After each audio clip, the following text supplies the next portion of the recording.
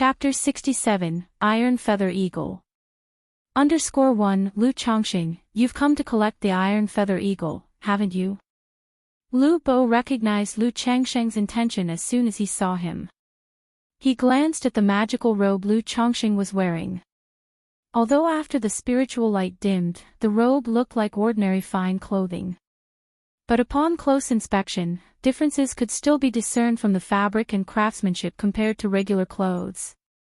Yes, Lu Bo, I will be heading to the Nine Dragons Market in a couple of days, so the fourth elder sent me to collect an Iron Feather Eagle from you, Lu Chongqing said with a smile, nodding. The Nine Dragons Market is good, a fine place. It's not far from Qingzhou Mountain and it's safe. When you're young, you should go out and see the world, to gain experience, Lu Bo said, nodding with a smile. Lu Bo took out a yellow leather bag and a coppery yellow token, handing them to Lu Chongqing. This is your Iron Feather Eagle.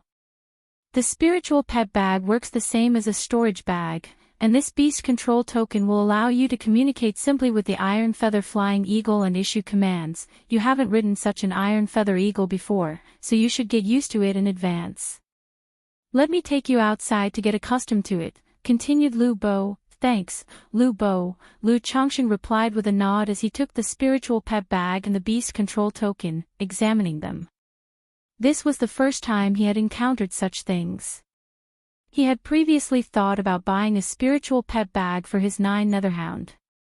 Later, he considered it unnecessary since he was not going out, thus he didn't want to waste the money and planned to buy one later. Moreover, Lu Chongqing had no intention of taking the 9 Netherhound with him to the 9 Dragons Market. The 9 Netherhound was still a first-grade initial stage demon beast, not of much use if taken outside. Better to keep it at home to continue being a playmate for the children.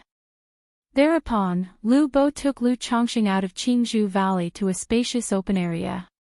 Several Lu family disciples were here, practicing their spells and even attempting sword flight. Cultivators at the 3rd level of energy refinement could manipulate a flying sword and thus attempt sword flight. But it was just for the experience of playing around. To truly perform sword flight, one must reach the energy refinement late stage. At that time, the internal spiritual power would be sufficient to support short-distance flight. And a specific flying artifact must be purchased, otherwise, the consumption of spiritual power would still be significant. Lu Bo, Brother Chongqing. Brother-in-law, Lu Bo. Upon seeing Lu Chongqing and Lu Bo, these Lu family disciples all greeted them. He, continue with your practice. I'm here to help Chongqing get familiar with the Iron Feather Eagle, Lu Bo said with a nod and a smile toward the group. Upon hearing this, some of the Lu family disciples looked at Lu Chongqing with surprise and envy. One of them asked, Brother Chongqing, are you going out to gain experience? Iron Feather Eagles served as the Lu family's flying mounts, which only a few members of the family and elders could apply for when traveling. Yes, I'm going to the 9 Dragons Market in a few days, Lu Chongqing nodded with a smile, not concealing his intentions. After all, this was no secret. SSS. SSS. SSS. Hearing this, the gaze of the Lu family disciples towards Lu Chongqing became even more envious. In a cultivation family like the Lu family, once a family disciple reaches a certain age and strength, they're arranged to go out and gain experience. It's not just because they can't be supported indefinitely, but to contribute to the family. Only by venturing out for experience and seeking opportunities could one hope for a slim chance to reach foundation establishment. Otherwise, most disciples with average talent had no hope of establishing their foundation in this lifetime. The experience arranged by the family consisted of sending them to work in various marketplaces. These marketplaces naturally varied in quality. Places like the 9 Dragons Market not only had a good environment but also were close to Qingzhou Mountain, making them top-notch destinations. However, only a few outstanding disciples would be arranged to go to the 9 Dragons Market for their experience. For the less fortunate, they might even be assigned to pioneer new territories in certain spiritual lands. They had not expected that Lu Changsheng's arranged outing would not only provide him with an iron feather eagle as a mount but also send him to the 9 Dragons market. Such treatment was simply enviable. However, knowing that Lu Changsheng was a first-grade middle-grade talisman master, they understood their envy was pointless. They couldn't even dream of becoming middle-grade talisman masters. Even becoming lower-grade talisman masters would be sufficient for a better treatment. Alas, I will also be going out for experience next year. I wonder where I will be arranged to go. In my opinion, as long as it's not pioneering new lands, it's all the same everywhere. The worse and more dangerous the environment, the more opportunities there are. With our talent, if we want to establish our foundation, we have to take the risk. That's right. Although the 9 Dragons market has a good environment, it is too comfortable and lacks opportunities. But how many can make it through struggle? I'm just an 8th grade spiritual route, I won't even think about foundation establishment. I'd be content to take several wives and concubines like Lu Changsheng in the future. Several Lu family disciples couldn't help but discuss their futures. Despite their dedication to cultivation, they too felt a bit lost about what lay ahead. Lu Bo brought Lu Changsheng to an uninhabited place and said, "Lu Changsheng, you can get used to it here."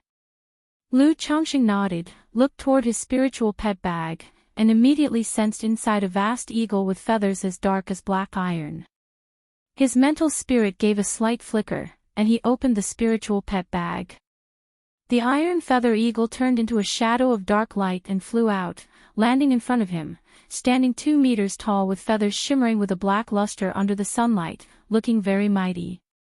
Lu Changsheng could faintly sense the emotions of the iron feather eagle through the beast control token in his hand.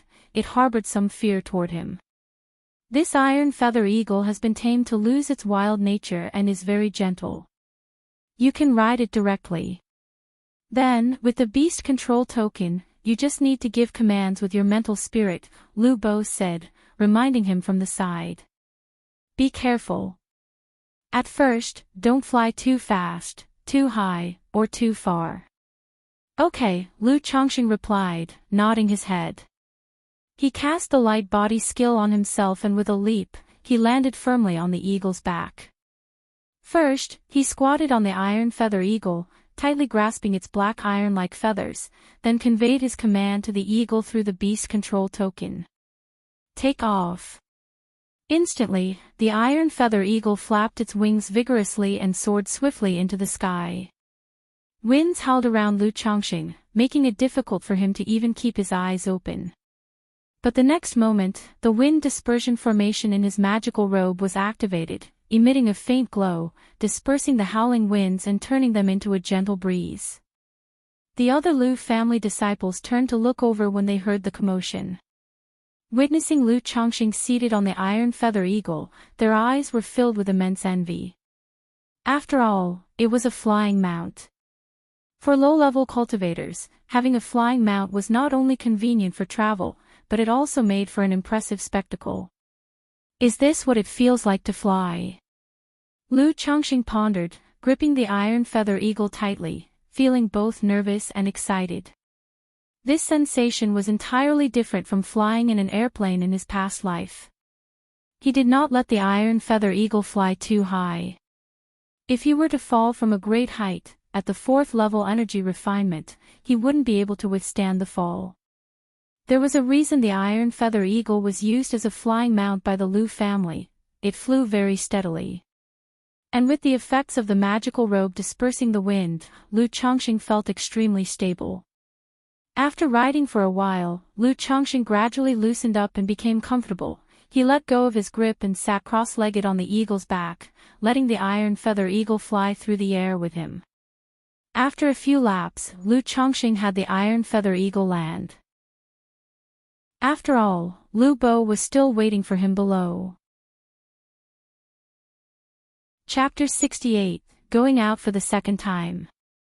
_1, Not bad, Lu Changsheng, you're adjusting quite quickly. Some people are scared of heights and need several days to get used to their first flight. Lu Bo said with a smile after watching Lu Changsheng land.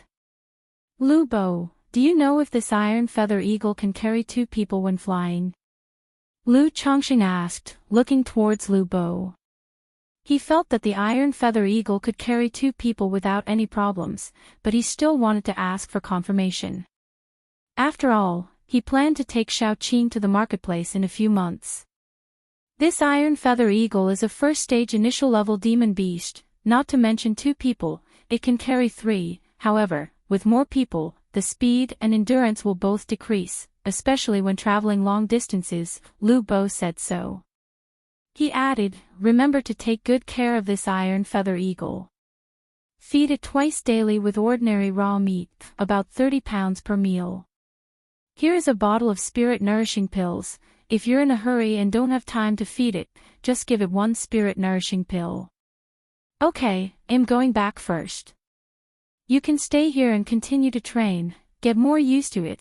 From our Qingzhou mountain to 9 Dragons Market, it takes 2 full days of flight on the iron feather eagle. As Lu Bo spoke, he took out a porcelain bottle. Thank you, Lu Bo. Then I'll continue to get familiar here. Lu Chongqing nodded in thanks, took the spirit nourishing pills, and after Lu Bo left, he leapt back onto the iron feather eagle to familiarize himself with flying. It was his first time flying, and he found it refreshingly fun. An hour later, Lu Chongqing was more or less used to the iron feather eagle. He was able to stand directly on the eagle's back and clasp his hands behind him. The vigorous wind, softened by the wind-resisting effect of the vestment robe, turned into a gentle breeze that lightly moved his hair and robe, giving him an exceedingly dashing appearance. Feeling that he had about had enough, Lu Chongqing let the iron feather eagle land and jumped off its back. If only I could switch to a white crane, it would look so much better.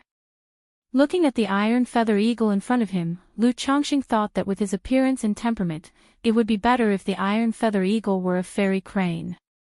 But having a flying mount was already good enough, and there was no need to ask for more. Practicality was paramount. Good looks were something to pursue only when conditions allowed. He put the iron feather eagle back into the spiritual pet bag and thought about the green-face sword given to him by the 4th elder. He tried to take it out and play with it. But without anything to use as a reference for attack, he couldn't really feel the sharpness of the green-face sword. A middle-grade magic artifact is a bit of a strain for me to use now, I can't wield it for long. After playing around for a while, Lu Chongqing put the green-face sword away. The higher the quality of the magic artifact, the more spiritual power it consumed. At his current 4th level energy refinement, he could only wield a middle-grade flying sword.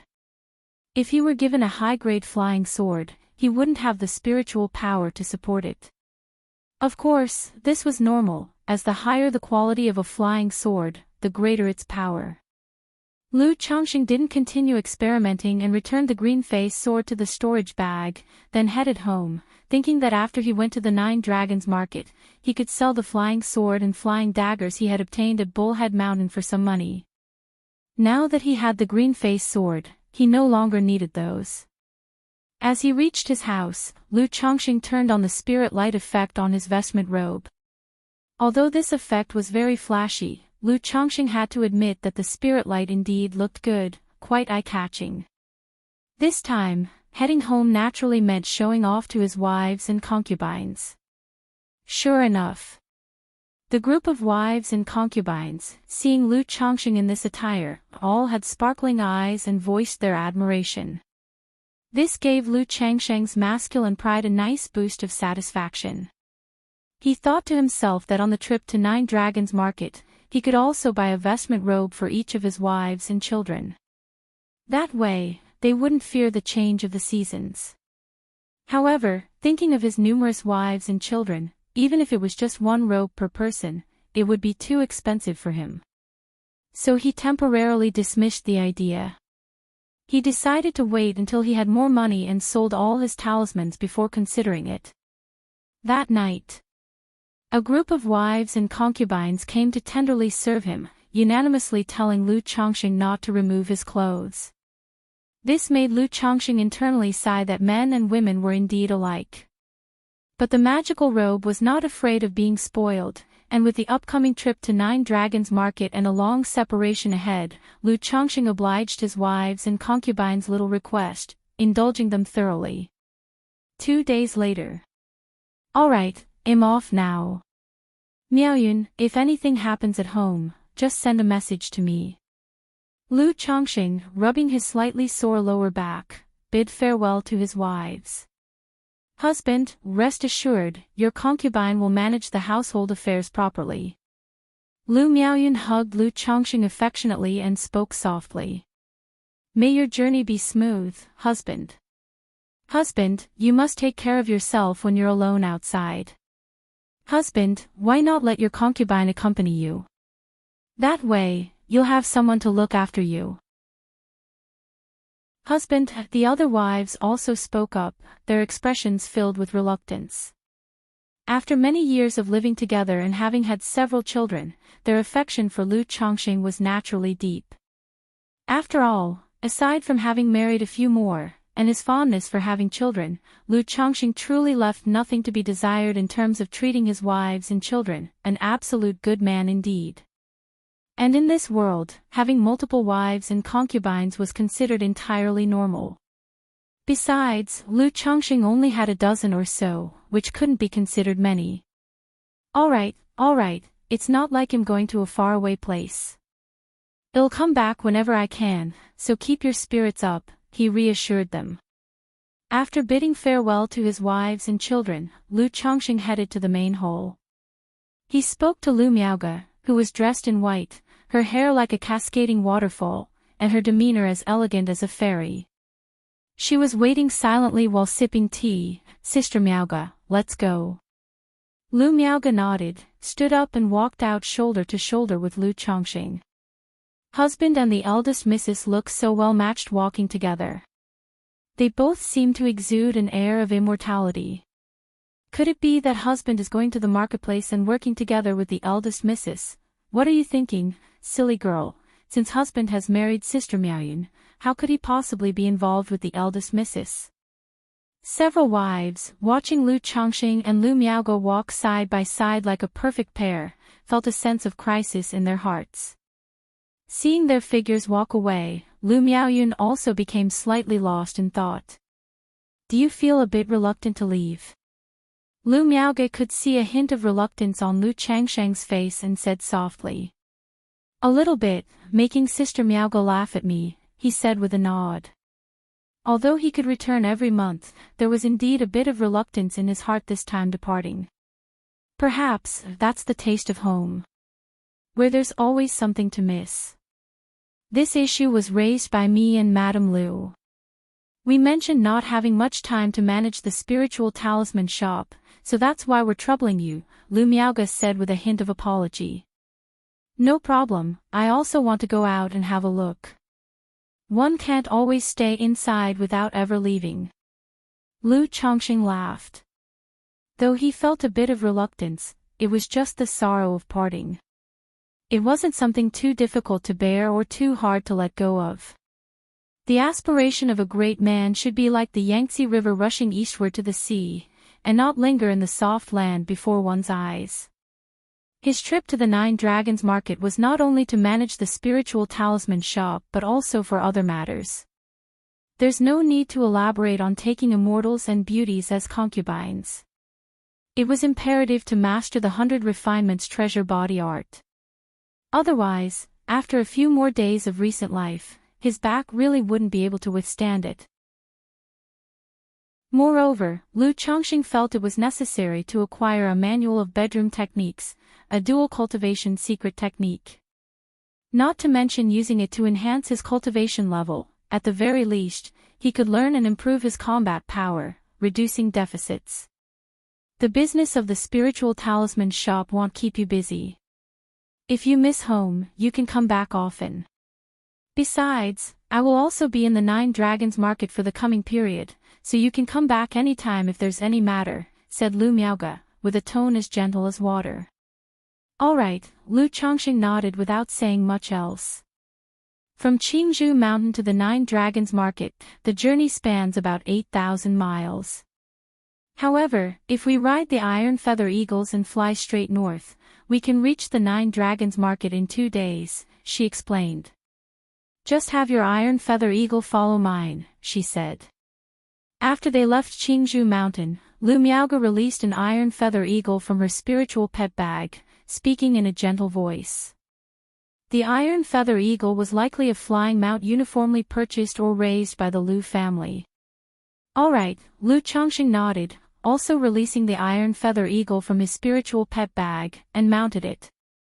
Soon after, the 2 iron feather eagles flapped their wings vigorously and quickly ascended into the sky, heading towards the 9 Dragons Market. There shouldn't be any unexpected dangers on the road, right? Lu Chongqing thought to himself as Qingzhou Mountain grew smaller and smaller. It should be fine, the young miss goes back and forth every month without any incidents, he reassured himself. And with my talisman treasure and so many talismans by my side, as long as I don't encounter a Foundation establishment great cultivator, there shouldn't be any problems. Lu Chongqing shook his head, dismissing the fears and worries that came on bid. Chapter 69, Listing Thoughts _1 Today at noon, my book will be going live on the shelves. Since it's going live, naturally, I have to write some thoughts on launching. First of all, I very much appreciate the readers and big shots for following, and for the support for this book. As a newbie to writing, this being my first book, achieving such results is, to tell the truth, really surprising, quite unexpected. When I started writing this book, it was after finishing The Fast Food Gods, eternally evergreen in the world of cultivation. I found it very interesting, felt that Li Ergu was very well suited to be the protagonist, and had some regrets about the damsel in distress storyline, so I decided to use Li Ergu as the protagonist for my book. It so happened that there wasn't much going on at the factory at the end of the year, so I went home early for the new year, and, bored at home, I started writing just for fun. Now that we're going live, I naturally don't feel as casual as I did at the start, and am also somewhat nervous. Mainly, I don't have much confidence in what I'm going to write next, no basis for it. Perhaps screwing bolts day in and day out has numbed me, left me devoid of emotions.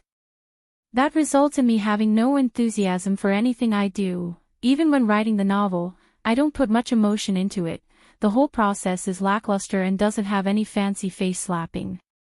Then, there's the fact that I have no manuscripts in reserve, and I type slowly, which makes me anxious. To be honest, you might not believe this. I started writing this book in January, typing a few thousand words each day, but considering the relatives I'd have to visit over the new year, I kept holding off on releasing it until February, when I had accumulated 80,000 words. But now, I only have a few chapters left in reserve, which I saved last week. One reason is that I type slowly, poking at the keys with 2 fingers gets me about 1,000 words in an hour, and when I'm stuck, I might dwell on it for hours. The second reason is that I excitedly published my book, but then I only had single-digit collections per day, no one commented, and I felt so discouraged that I didn't write at all for a week. If I hadn't had the few manuscripts saved up, I feel like I would have vanished into thin air. That feeling was truly agonizing. After that, I tried a few recommendations, got some achievements, and found the motivation to take things a bit more seriously, which made me a little afraid of loss, continuously revising the remaining manuscript over and over again. The chapters leading up to the book's launch, I've edited and modified extensively, going back and forth making several adjustments, which also caused delays in my typing and wasted a lot of my reserved drafts. All I can say is, writing a novel is a game of high aspirations and low abilities, and having an obsessive-compulsive disorder is truly problematic. Enough of the nonsense, let's talk about what happens after the launch. The book will go live precisely at noon, and at that time, I will release the few chapters one have saved up. Looking at it, there's a total of 12,000 words, which also meets the rule of 5 updates for a launch, and with what I continue to type today, reaching 15,000 won't be an issue. In any case, I will try to write as much as I can. Regarding additional updates, I'll do 1 extra chapter for every patron and 5 for each alliance leader, plus 1 for every 500 monthly tickets. That should be enough to motivate me, since I have no reserve and type slowly. I can't manage more than that anyway. As for the updates, I'm afraid of jinxing myself by promising too much, so I'll commit to at least 5,000 words. If the first day's performance is good, I'll try to do 7,000, and see if I can push myself not to be so idle. That's it. I thank all the readers and lords for your support, and every person who has voted for, rewarded, and commented on this fledgling author. I also hope that all the readers and lords will consider subscribing in support. Many thanks. Many thanks. Chapter 70, Sister Miauga, I've never been to this kind of place before. _1 2 days later. 2 iron feather eagles, like sharp swords, shuttled through the clouds and mist. Chongqing, the 9 Dragons Market is just ahead. Get ready to descend. Be careful not to collide with the market's formation, or you'll face an attack from the formation. Clad in a long white dress with raven black hair cascading over her fragrant snow-white shoulders, Lu Miauga sat elegantly upon an iron feather eagle, transmitting her voice to Lu Chongqing. Okay, Sister Miauga. Lu Chongqing nodded. He could already see the vast 9 Dragons Market ahead of him. Looking down from high above, the entire marketplace appeared to be even larger than Qingzhou Mountain, covering an estimated tens of thousands of acres. It was surrounded by 9 towering peaks, piercing the sky and forming an arch. This was also the origin of the name 9 Dragons Market. On the 9 peaks, one could see terraced fields filled with spirit plants, and around the marketplace, large tracts of spirit fields were cultivated. The interior of the marketplace was obscured by formations, appearing hazy, only allowing a general outline to be discerned, without clear details. As they neared 9 Dragons Market, the number of cultivators coming and going increased significantly. Some rode spiritual birds, some flew with magical instruments, and others steered flying boats. There were also quite a few mounted on demon beast steeds, sprinting across the land or escorting goods. This gave Lu Chongqing a sense of the intense atmosphere of cultivation. Having stayed within Qingzhou Mountain all this time, this was his first visit to such a cultivator's marketplace. The Bullhead Mountain back then was just a small gathering place for loose cultivators, not even a proper marketplace, and it lacked the atmosphere of cultivation. A moment later, Lu Chongqing and Lu Miauga safely landed their iron feather eagles next to the entrance of the 9 Dragons Market. While it was called a marketplace, it looked much like a city. It was much more magnificent than Rui County City, which he had visited before. The nearly 100-meter-tall walls of the city lay like a slumbering dragon, connecting and encircling the 9 protected peaks. There was a faint fluctuation of spiritual energy on the city walls, clearly marked with formations. Lu Chongqing felt that the defensive formation of the 9 Dragons Market was an even higher level than that of Qingzhou Mountain. But that was to be expected. Qingzhou Mountain was a second-grade middle-grade spirit vein. The 9 Dragons Market was rumored to be a second-grade high-grade spirit vein with multiple branches, making it much larger than Qingzhou Mountain. Moreover, the 9 Dragons Market was established by the Qingyun sect, naturally equipped with great formations set by an array master. The two reached the entrance gatehouse. The gatehouse towered dozens of meters high, majestic and expansive, making one feel very small when standing before it.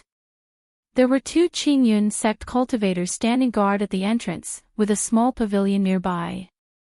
Every cultivator entering the marketplace had to show an identity token.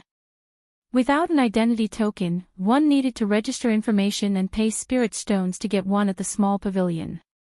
Lu Miauga told Lu Chongqing that the identity token came in temporary and long-term versions. The temporary one cost a single spirit stone and was only valid for half a month. The long-term fee was 10 spirit stones, valid for 2 years. Only those who bought a house in the marketplace or owned a shop could get a free living quota. If the identity token expired and was not renewed on time while one was still inside the marketplace, they would be captured by the Qingyun sects enforcement team and fined spirit stones. And if they didn't have spirit stones to pay the fine, they would be arrested and put to work to repay the debt. This was also one of the main sources of profit for the establishment of the marketplace. Hearing this, Lu Chongqing couldn't help but quietly sigh. No wonder many cultivators avoided coming to such large marketplaces. Although it was safer and more convenient than the outside, for lower-level cultivators, the entry fee was not a small amount. Moreover, after entering the marketplace, they would have to pay for food, lodging, and other expenses. As for buying a house or owning a shop in the marketplace, it was obviously very difficult without even thinking much about it. Indeed, cultivation is difficult, but survival is even harder. Afterwards, Lu Chongqing followed the crowd and paid 10 spirit stones to get a long-term identity token.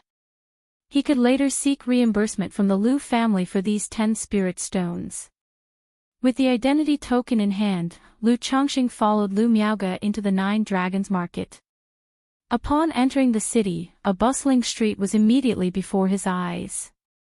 People were coming and going on the street, men, women, the elderly, and the young, almost all of them cultivators, with pavilions, towers, palaces, and houses lining both sides. The Qingyun sect has regulations: no fighting or causing trouble within the marketplace, arbitrarily setting up stalls, or sleeping on the streets overnight. Once discovered or reported, the enforcement team will come to punish the offender. Moreover, aside from the Qingyun sect's enforcers and foundation establishment great cultivators, ordinary energy refining cultivators are not allowed to fly with instruments or ride mounts or demon beasts within the marketplace. Lu Miaoge transmitted this information to Lu Chongqing. Hearing this, Lu Chongqing nodded. No wonder he didn't see anyone flying or riding mounts, they were all walking. His confidence in the security environment of the Nine Dragons Market grew. The Nine Dragons Market is divided into 5 areas: East, West, South, North, and Center.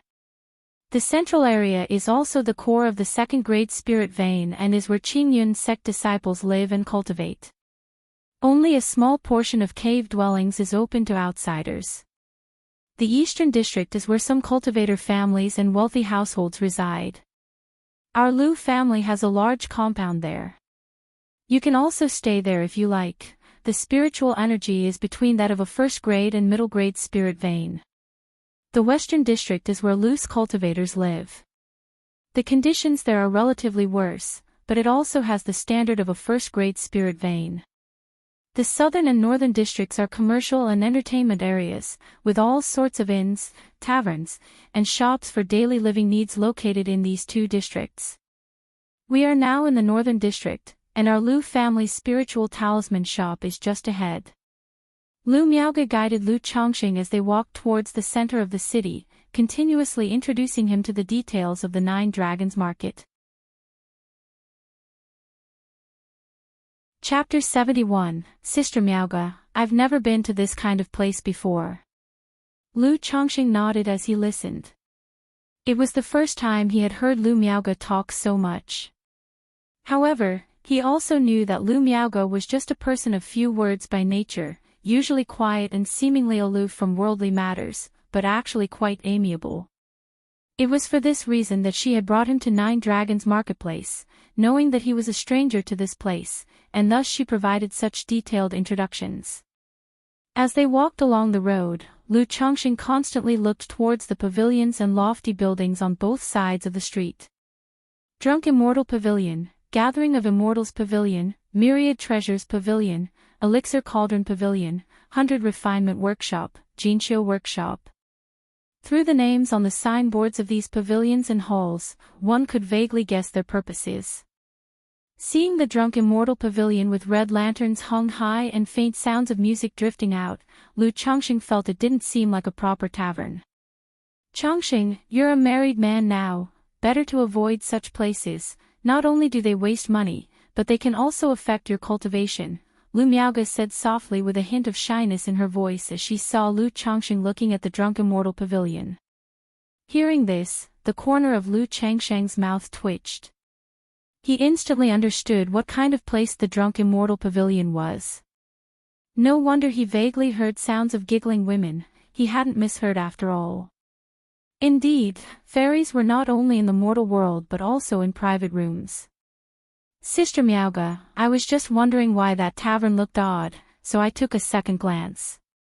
I never visit such places, Lu Changxing said, straightening up earnestly. He genuinely had no interest in such places. He was a man with 5 wives, 6 concubines, 2 favored courtesans, and a handmaid. Why would he need to frequent such spots? Even though he constantly thought of taking concubines, specifically fairies to have his children, he would never go there to persuade a celestial maiden to lead an honest life. Wouldn't that be insane? But the young miss apparently knew about such places. No surprise there, she might not seem of this world, but she is 6 years older than himself. Having frequented the marketplace over the years and managed shops, she could hardly be a completely naive young girl. That's good, then. Lu Miaoga slightly pursed her lips and responded indifferently, not elaborating on the subject. Then she continued to introduce some information to Lu Changxing. Thus, as they talked and walked, almost a quarter of an hour passed, and Lu Miaoga stopped in front of a shop.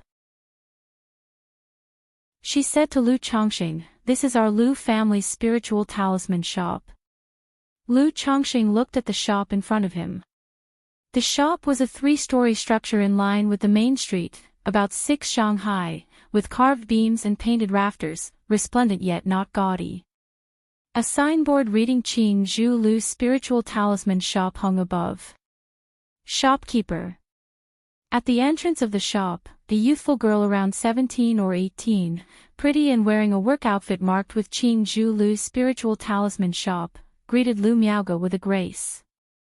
Then her gaze involuntarily shifted to Lu Changxing by her side, drawn by his handsome appearance and his gentle, jade-like demeanor. Lu Miaoga gave a nod of acknowledgement, cold but polite. She explained to Lu Changxing through a message that this was a receptionist and salesperson for the shop. Currently, the spiritual talisman shop had 1 shopkeeper, 2 apprentices, and 2 receptionist salespersons. The shopkeeper, named Zhang Shan, was a 6th-level energy refinement cultivator who had been working at Lu's spiritual talisman shop for over 10 years. The 2 apprentices, named Li Shi and Wang Wu, had been at the shop for 5 or 6 years. They were descendants of cultivators from 9 Dragons Marketplace with only 9th-grade spiritual roots, but had some talent in talisman making, which led their families to send them to the spiritual talisman shop as apprentices. Their daily work involved drawing talismans and making talisman paper and spiritual ink.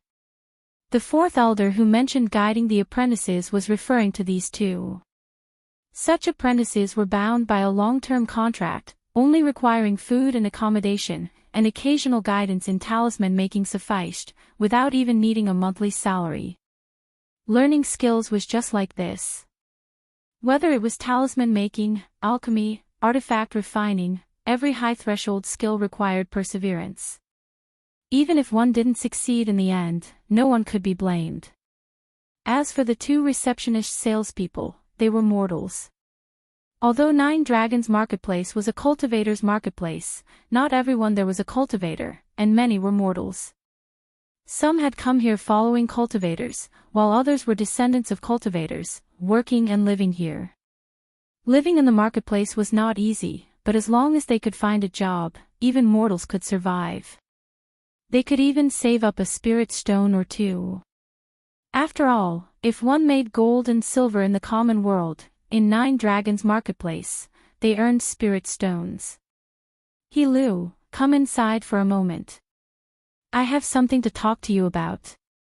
Lu Miaoga glanced at the young woman, then walked into the shop with Lu Changxing in tow.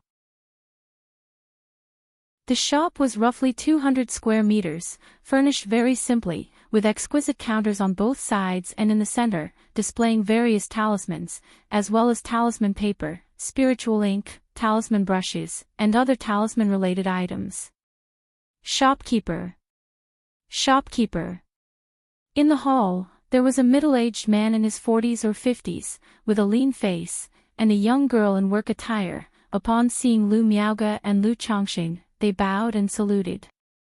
"Uncle Zhang, call Li Shi and Wang Wu over, I have something to tell you all," Lu Miaoge directed at the lean-faced middle-aged man. "Yes," Zhang Shan responded and went to the inner chamber.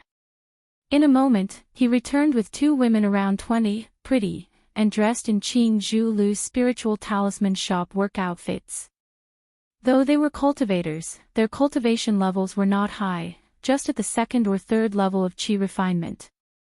"This is Lu Chongqing, a middle-grade talisman master of our Lu family. From now on, as I won't have time to manage the shop, Chongqing will oversee it. He is now the second master of the shop." Chapter 72, Sister Miaoge, I've never been to this kind of place before. Uncle Zhang, from now on, for any matters concerning the store, you can report directly to Chongqing. Li Shi, Wang Wu, if you have any issues, also report directly to the second master. Once everyone had arrived, Lu Miaoge addressed the group. Her tone was cool and brisk, carrying a trace of decisiveness. This let Lu Chongqing see another side of the young miss he didn't often witness. In usual interactions with Lu Miaoge, she always appeared detached and refined, with a temperament like water, never quite like this. The five individuals, upon hearing this, were all somewhat surprised and looked at Lu Chongqing in astonishment. They had not expected that this handsome and spirited young man would be a middle-grade talisman master. Their new boss in the future. Zhang Shan has met the second master. Li Shi has met the second master. Wang Wu has met the second master. He Lu has met the second master. Sun Qi has met the second master. The five people didn't think much and immediately saluted with their hands. Surprise and astonishment in their eyes were replaced by envy, admiration, respect, and yearning. A middle-grade talisman master, no matter where, could lead a comfortable life. Especially after they heard the name Lu Chongqing and surname Lu. They subconsciously thought he was a scion of the Qing Zhu Lu family. Coming to take over the shop was just for experience and to familiarize himself with life. Handsome, talented, and from a good family, it was truly enviable. Especially for Li Shi, Wang Wu, and the two sales attendants, the way they looked at Lu Chongqing had changed. "It'll be troubling you all from now on." Lu Chongqing smiled at everyone and slightly bowed his hands. Lu Miaoge had talked to him about the shop before coming. The shop's day-to-day affairs were generally well managed by shopkeeper Zhang Shan, and he didn't need to worry too much. Aside from guiding Li Shi and Wang Wu in talisman making, his main task was to watch over the inventory. The spiritual talisman shop needed to restock its inventory every month. These goods, naturally, could not all rely on the Lu family alone. Superior grade, and even supreme talismans, were mostly drawn by the fourth elder. However, basic talismans and lower to middle grade talismans were mostly acquired from various loose cultivator talisman masters. Although these loose cultivators had cooperated with the Lu family for many years, in terms of quality, it still required the oversight of a talisman master like him. To prevent the issue of inferior quality being passed off as good quality. After all, the items sold in such shops generally cost more than those on loose cultivators' stalls. This increase in price was a guarantee of quality. Materials like talisman paper, spirit ink, and talisman brushes were no exception. Furthermore, sometimes when the shop was out of a certain type of talisman and a customer urgently needed one, he, as a talisman master, would do his best to draw one if he could. After introducing Lu Chongqing to the employees, Lu Miaoge didn't say much more and let everyone disperse. She took out a stack of talismans from her storage bag and handed them to Zhang Shan. All were first-grade middle and superior talismans. Every month when she returned, in addition to guidance from the fourth elder in talisman making, she would also bring back a batch of talismans from him. Lu Miaoge told Lu Chongqing that in addition to some middle and superior grade talismans, the fourth elder would also draw 3 first-grade supreme talismans every month. These were the treasures of the spiritual talisman shop, the backbone of their establishment. However, she would not give these 3 supreme talismans to Zhang Shan. Instead, she kept them on her person. If someone wanted them, she would conduct the transaction in person. Afterward, she took Lu Chongqing on a tour of the shop and introduced him to its situation. The shop had 3 floors. The first floor housed the sales hall, a reception room, and a small courtyard in the back. The second floor was where Li Shi and Wang Wu worked and rested. The third floor was designated for the boss Lu Miaoge to rest and sleep, equipped with a living room, bedroom, lounge, talisman room, and storage room. The third floor had restrictions set up, and one needed a token to enter. Then, Lu Miaoge told Lu Chongqing that she rarely stayed there. If Lu Chongqing found it inconvenient to stay at the Lu family's Eastern District mansion, he could also stay here. Lu Chongqing was indifferent. He expressed his preference to first stay at the Lu family mansion in the Eastern District. Having come to Nine Dragons Market, he thought it appropriate to make a visit there. Before coming, the fourth elder had told him that the Nine Dragons Market was not limited to just one spiritual talisman shop, but also included other Lu family businesses. The second elder of the Lu family was in charge of the Lu family's marketplace affairs, and he usually resided in the Nine Dragons Market. He informed him that should he need anything, he could also directly seek out the second elder. So naturally, having arrived, he should pay a visit. This was the way of the family, with many social obligations. Otherwise, he would appear too aloof and asocial. Sister Miaoge, it's getting late, may I treat you to a meal? You'll be burdened with helping me in the days to come, otherwise I'd feel guilty. After taking a tour of the shop with Lu Miaoge and finishing the handover, Lu Chongqing spoke to her. Sure, let's just have something nearby. Lu Miaoge didn't refuse and gave a slight nod. I haven't eaten anything good these 2 days, and I feel like there's no taste in my mouth at all. I've been looking forward to a good meal today, how could I settle for something casual? Sister Miaoge, what's good to eat around here? Lu Chongqing spoke directly. Then let's go to Jade Meal Pavilion next door, I've eaten there several times and the food is very good, Lu Miaoge said thoughtfully. Then let's go, Lu Chongqing nodded. Consequently, the two descended the stairs. At that moment, there were customers in the store examining talisman brushes, with an attendant providing detailed explanations. Even though the attendant was a commoner, they were trained and knew these items inside out. Lu Chongqing and Lu Miaoge didn't linger, gave a slight nod to shopkeeper Zhang Shan to signal their departure, and left the shop. They arrived at a place not too far away, the Jade Meal Pavilion that Lu Miaoge had mentioned. Chapter 73, I am willing to be a concubine for my master. _1 The facade of Jade Meal Pavilion appeared quite ordinary, decorated with simple and modest elegance, not as impressive as the Lu family's spiritual talisman shop. But the business inside was booming, not even mealtime yet, and it was already more than half full. After finding a place to sit down, Lu Miaoge ordered 2 dishes and 2 servings of spirit rice from the server. Seeing this, Lu Chongqing couldn't help but smile. Sister Miaoge, there's no need to be frugal on my account, I've managed to save some spirit stones over the years. His living conditions had improved over the past 6 months. As a result, he had saved quite a few spirit stones. Before heading out, he counted them, a total of 306. He left 30 spirit stones at home for family expenses, and brought the rest with him. So treating Lu Miaoge to a meal didn't mean he had to pinch pennies. 2 dishes are enough for us to eat, more would be a waste, Lu Miaoge said with a light smile. Over the last 6 months, they had become quite familiar with each other while studying talisman making under the 4th elder. That light smile of hers was no longer distant as it was initially, just a polite smile, appearing much more natural.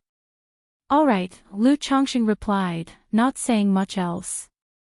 It wasn't long before the server brought a basin-sized water lily to their table. The water lily bud opened on its own, revealing 2 dishes and 2 bowls of crystal-clear spirit rice inside, steaming hot and emanating a fragrant aroma. This carp soup is their signature dish, made with red blood carp from the Yu family of Bai Lake Mountain. I order it every time I come here, you should try it, Lu Miaoge pointed out, referring to a dish that was a feast for the senses. Red blood carp from the Yu family of Bai Lake Mountain. Is this restaurant owned by the Yu family of Bai Lake Mountain? Lu Chongqing asked in surprise upon hearing this. The Yu family of Bai Lake Mountain was also a major cultivation family under the jurisdiction of the Qingyun sect. With 3 foundation establishment great cultivators in their family, they were 1 level above the Lu family of Qingzhou Mountain. The red blood carp was a specialty of Bai Lake Mountain. It was somewhat similar to the green jade bamboo wine and emerald spirit rice of Qingzhou Mountain.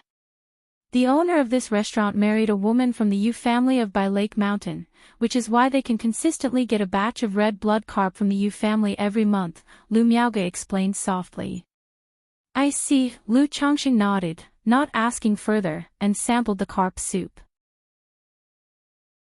Immediately, he felt a rich yet not greasy delicious taste spread from his mouth to his stomach, then to his abdomen, and finally to his brain, leaving a long-lasting aftertaste. Delicious! Lu Chongqing couldn't help but exclaim in admiration. He thought he had become accustomed to exotic delicacies at the Lu family, but this carp soup was indeed exceptional. So the chef here is also a spirit cooking master? Lu Chongqing inquired. While the red blood carp was a type of spirit fish, such flavor couldn't be achieved without a spirit cooking master. Correct, the chef here is the owner of the restaurant, and he is a spirit cooking master. The prices here are more affordable compared to other places, so the business is always good, Lu Miaoge said in a soft voice. She then pointed to the other dish. This earth mole meat also tastes excellent and counts as one of their specialties. Lu Chongqing tried a piece of the meat, finding it crispy on the outside, tender on the inside, juicy, smooth, and invigorating, and he couldn't help but reach for another piece.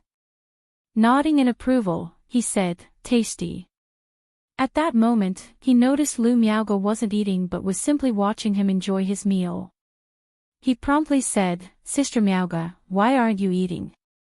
Let's eat together. Okay, Lu Miaoge nodded gently, and only then did she pick up her chopsticks and begin to eat the earth mole meat.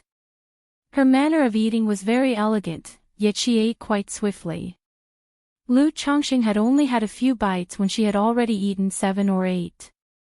By the time Lu Chongqing had eaten less than half of his bowl of rice, Lu Miaoge was finished. Lu Chongqing was somewhat astonished at this sight. Hard to believe that Lu Miaoge, a woman as ethereal as a fairy, could eat at such a pace. I normally eat quite fast, Lu Miaoge, feeling somewhat impolite and embarrassed, blushed on her flawlessly exquisite face. It's fine, it's just that I'm a slow eater, Lu Chongqing chuckled, feeling that the young lady before him suddenly seemed even more charming and much more approachable. Indeed, there are not so many pristinely untouchable fairy maidens in the world, it's just that the great difference between 2 people makes one seem unattainable, creating such a perception, an illusion. When the relationship becomes intimate and you spend time together, things turn out to be quite normal. He immediately gestured for the server to add 2 more dishes and some more rice. No need, I'm full, Lu Miaoge said upon seeing this, taking out a handkerchief to gently wipe her mouth. All right, Lu Chongqing replied, not insisting, and then finished the rest of the food and went to pay the bill. 2 dishes and 2 servings of spirit rice came to a total of 4 spirit stones. No wonder Lu Miaoge only ordered 2 dishes, because indeed the price was somewhat expensive. When he first joined the Lu family, he earned only 2 spirit stones a month. Now had spent 4 spirit stones on a single meal. However, Lu Chongqing wasn't too heartbroken about it. He felt the price was fairly reasonable. The carp soup and earth mole meat were both spirit food, and even the rice was spirit rice, which would be nourishing to the body after eating. He could still feel the spiritual energy flowing slowly through his dantian and meridians. And besides, the process of savoring delicious food was deeply satisfying, very pleasant. Just then, having seen how adorable Lu Miaoge ate, he thought that in the future, when there was no pressing matter, he might often invite Lu Miaoge out to eat, to build a closer relationship. But now, thinking it over, he decided against it. His current financial situation simply didn't allow for it. Maybe after he had sold all his talismans and turned them into spirit stones, it would have been more feasible. Sister Miaoge, is there a place in the 9 Dragons market where loose cultivators set up stalls for trading? Chapter 74, I am willing to be a concubine for my master. Lu Chongqing inquired Lu Miaoge. On this trip, he also thought of selling talismans and buying the heavenly and earthly treasures for cultivation of the 100 refinements treasure body art. So he thought of first going to see the loose cultivators' stalls. At the junction of the Western District and the Southern District, there are several streets specifically set aside for people to set up stalls and trade freely. Although the items there are cheaper than in the shops, there are many scams, and there's hardly any chance of getting a good deal by stumbling upon something undervalued. If you're looking to buy something, it's still best to make purchases from legitimate shops. Upon hearing this, Lu Miaoge guessed Lu Changsheng's intent and voiced a reminder. I'm just curious about this kind of stall setup, want to take a look and gain some experience, Lu Changsheng said with a smile. He wasn't holding out hope for any treasures or particularly cheap bargains. After all, these loose cultivators are all too shrewd. Having struggled at the bottom, without certain means, how could one expect to find a bargain from their hands? In the midst of talking, the two returned to the spiritual talisman shop. Sister Lu. At that moment, a childish voice rang out. Lu Chongsheng and Lu Miaoge heard the voice and looked over. In front of them, a dignified-looking young matron with a graceful figure and full-bodied stature, holding a 3 or 4-year-old girl in her arms and carrying a lunchbox, was walking in their direction. It was the small girl in the young matron's arms who was waving to Lu Miaoge and calling out. Master, this young matron wore a plain goose yellow dress, her black glossy hair arranged in a married woman's bun, slanted with an ebony hairpin, giving her a demure and graceful appearance. Upon seeing Lu Miaoge, she also quickened her pace, slightly bowed, and called out softly. Her face might not be exceptionally beautiful, merely fair, with arched eyebrows, crimson lips and almond eyes, and a pert nose, exuding a mature charm. But her skin was very white, whether it was the fair complexion of her cheeks or the skin exposed at the neck, all was snowy white and delicate, soft and pliant to the touch. This creamy white skin, combined with her voluptuous and curvaceous figure, made the young matron look like a ripe peach, giving off a sense of fullness and juiciness. Aunt Bai, Nan Nan, came to deliver a meal to Uncle Zhang. Lu Miaoge obviously knew the two, and greeted them with a slight smile and a nod. She conveyed to Lu Chongqing, "This is Zhang Shan's wife and daughter. They come to deliver meals to him every day." Zhang Shan inside the spiritual talisman shop also saw his wife and child arriving and immediately got up and hurried out. First, he gave a slight bow to Lu Miaoge and Lu Chongqing nearby, then explained, "Second master, this is my wife, coming to bring me a meal." "No worries," Lu Chongqing said with a smile. He knew the latter's explanation was out of concern that the new co-owner might have objections. Such matters, of course, he didn't mind and would not say anything. It just hadn't occurred to him that Zhang Shan seemed to be 50 years old, yet his wife was not only a cultivator but also so young, and their child was only 3 or 4 years old.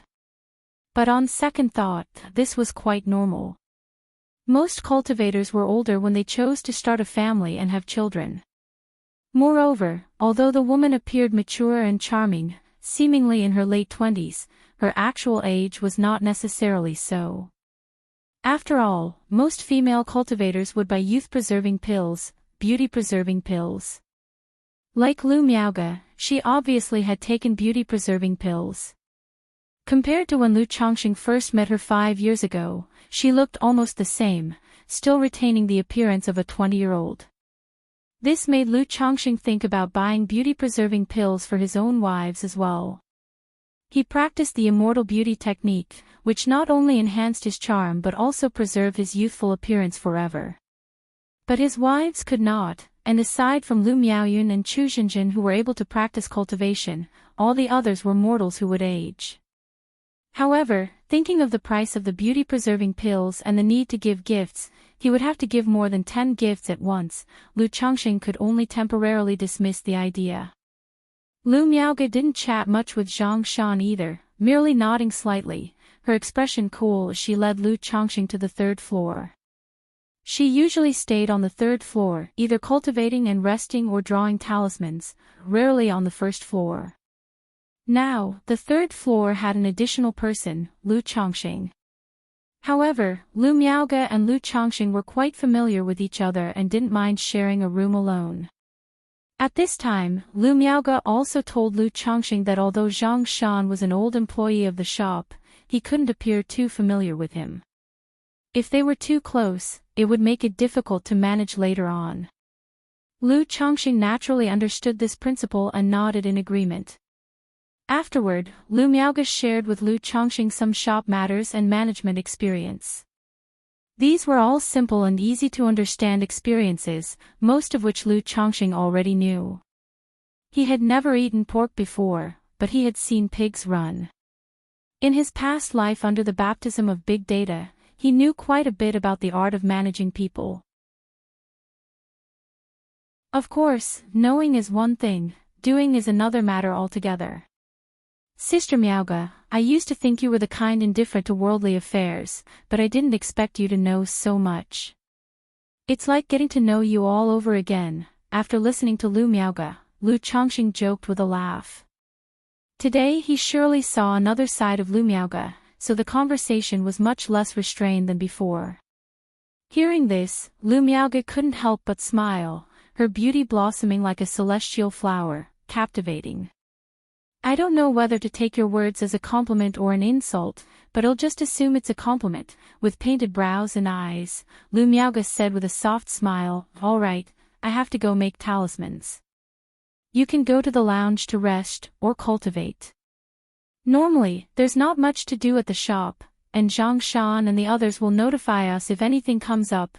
Having said so, Lu Miaoge stood up and went to the talisman room to focus on talisman making. Lu Chongqing nodded and went to the lounge to rest. Chapter 75. I am willing to be a concubine for my master. After all, they had been traveling for the past 2 days and hadn't really rested.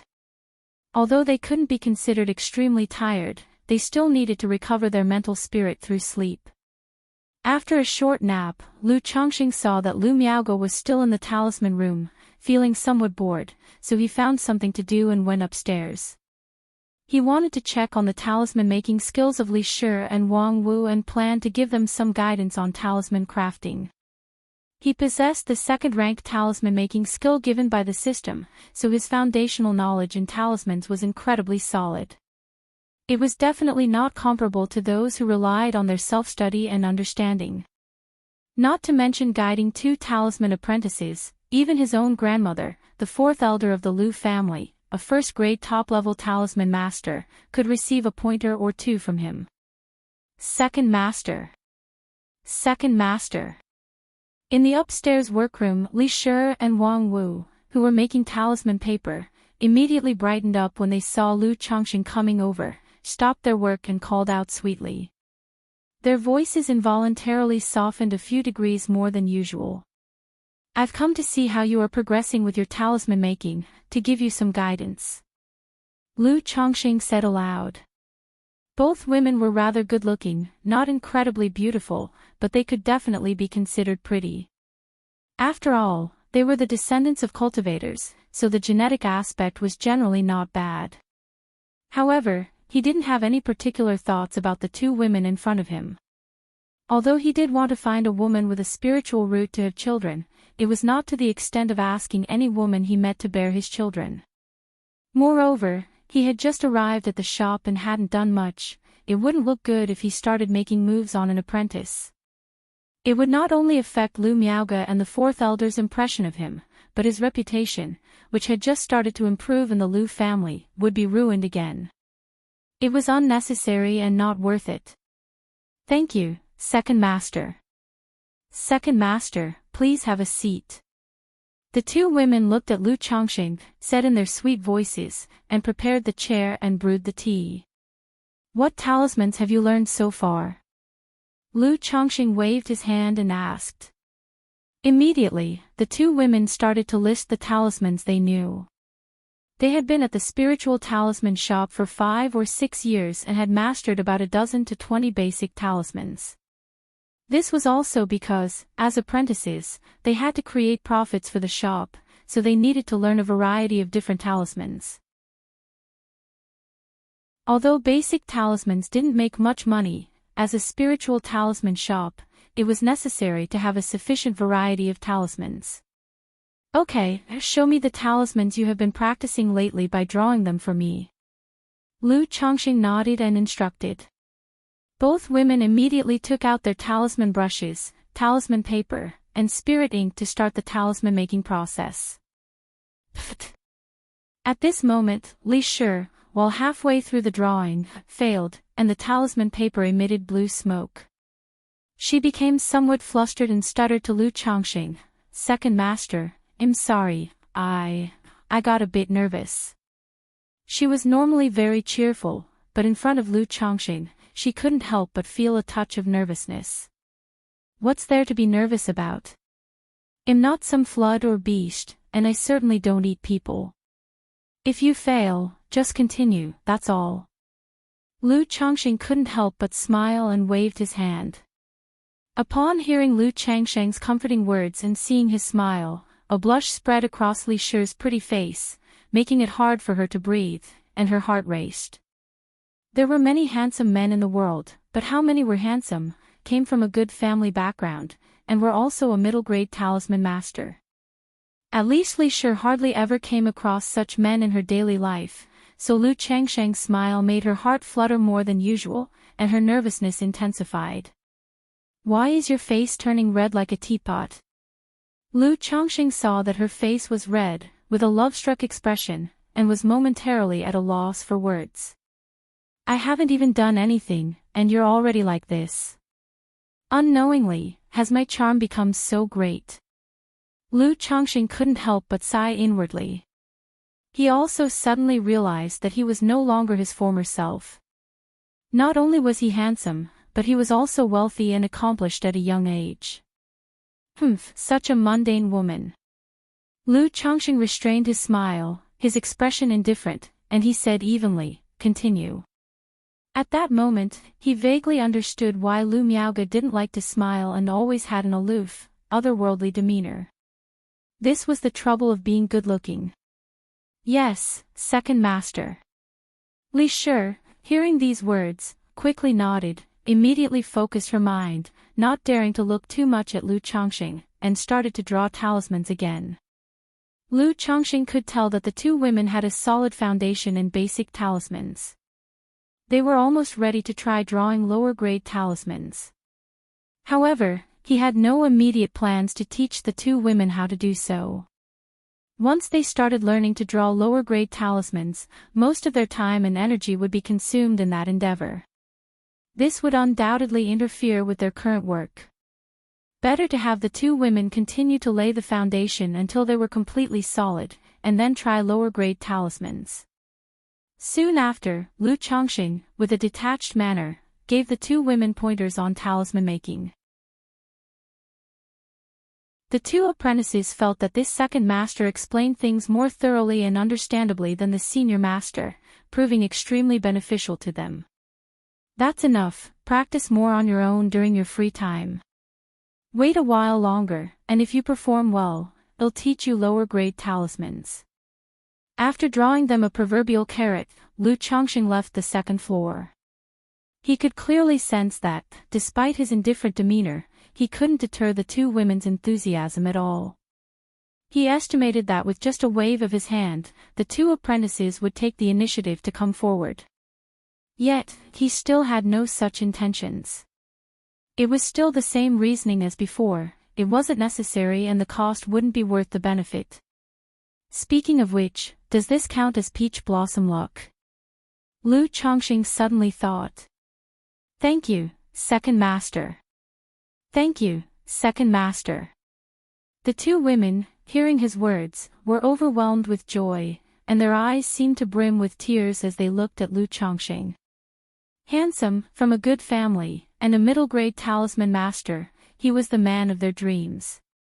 If only I could marry the second master, Li Shi murmured after Lu Changsheng's retreating figure had disappeared. You silly girl, smitten much? Is your heart aflutter? Wang Wu teased. With the second master being so handsome and speaking so kindly, and also as a middle-grade talisman master, don't you like him?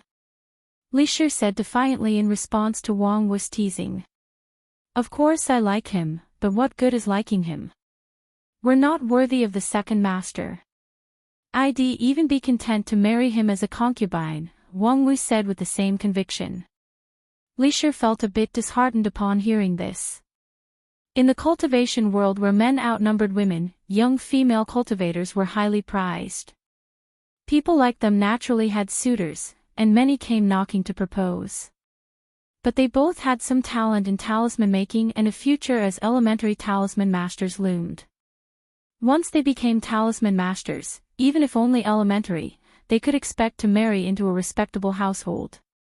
But now, before Lu Chongqing, the thought of marriage made them feel inferior.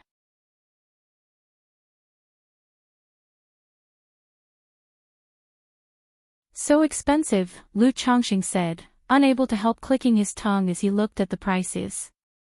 He had felt quite wealthy before. But looking at the prices, he suddenly realized he was quite poor, especially poor.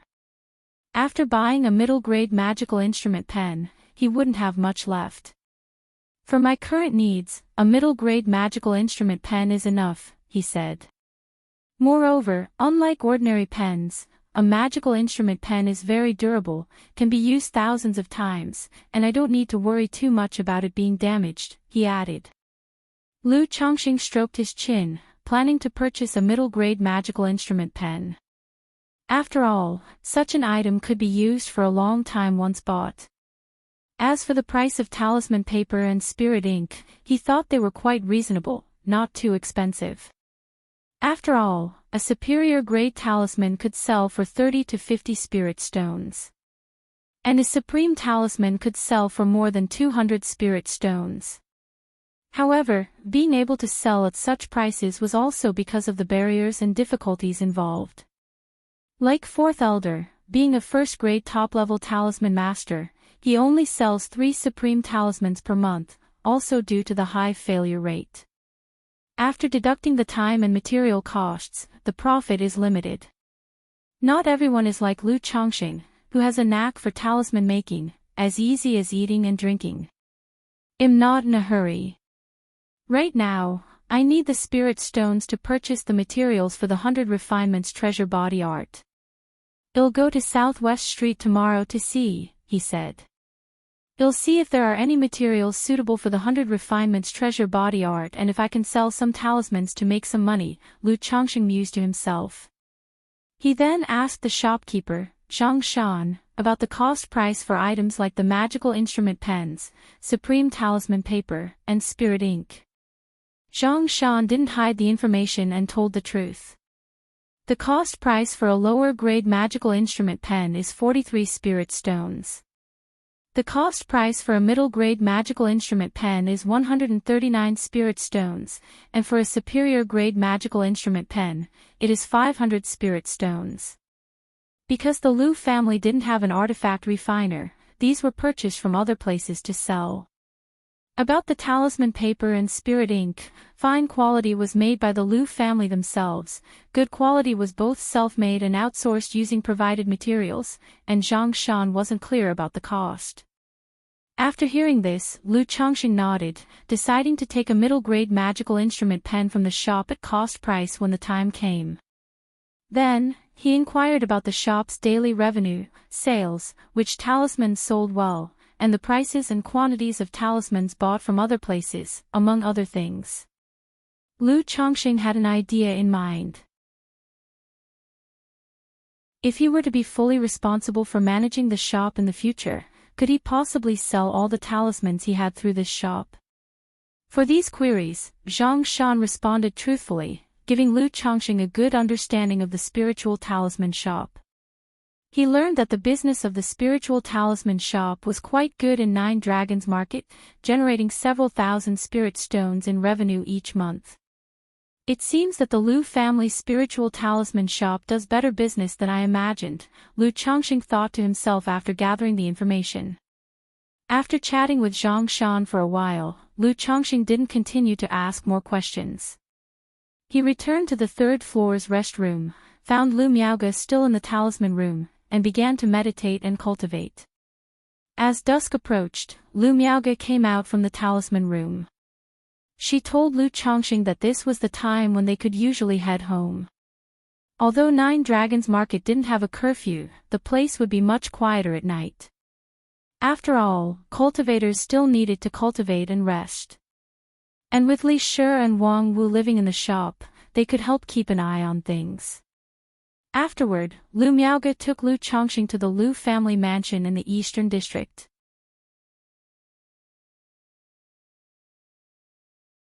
Chapter 77, Meeting the Second Miss Again, Chinggu takes you to read books and taste tea. From here, it was quite a distance to the Lu family's large compound in the Eastern District. The two of them walked quite fast, and it took almost half an hour. The Lu family's compound covered nearly 2,000 square meters. Compared to the living quarters at Qingzhou Valley, it was naturally much smaller.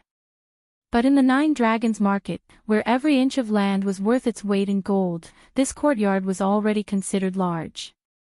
Lu Changxing curiously inquired about how many spirit stones such a large compound would cost from Lu Miaoge. Lu Miaoge was not sure about the exact price. She only said that such large compounds usually started with a lease term of 3 to 5 years. As for the price, it varied from several dozen to 100 spirit stones a year. Hearing this, Lu Changxing couldn't help but click his tongue in wonder. Just the annual rent would cost dozens to hundreds of spirit stones. For buying, wouldn't it require several thousand spirit stones? Indeed, no matter where you were, buying a house was never easy. Upon arriving at the compound, Lu Miaoge asked the house steward if the second elder was home. Now that she brought Lu Changxing over, it was natural to meet this second elder of the Lu family. The steward indicated that the second elder was resting in the back courtyard, and led the two to meet the second elder. Shortly after, Lu Changxing saw the second elder of the Lu family. He had white hair, but his complexion was very rosy and lustrous, as if he was a baby. A tall figure dressed in a green robe, he leaned on a jade bamboo cane, exuding an imposing aura without being angry. This second elder was in charge of the Lu family business, often abroad. This was the first time Lu Changxing had met him. Second elder. Great uncle. Lu Changxing and Lu Miaoge bowed to the second elder in unison.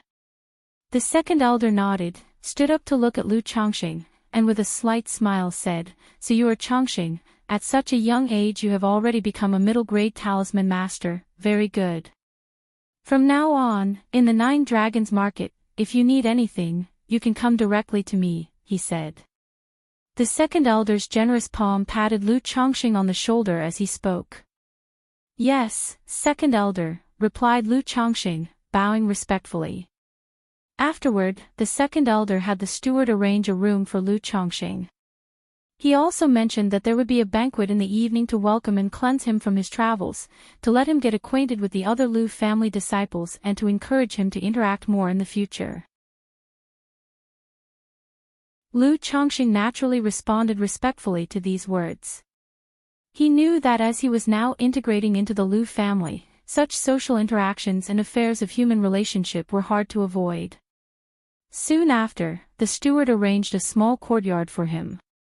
The courtyard was not big, only a little over 100 square meters, even smaller than the one he had at Qingzhou Villa.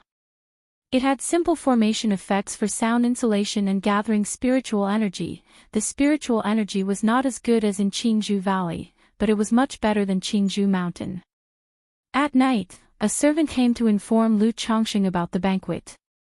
Lu Chongqing nodded and proceeded to the hall.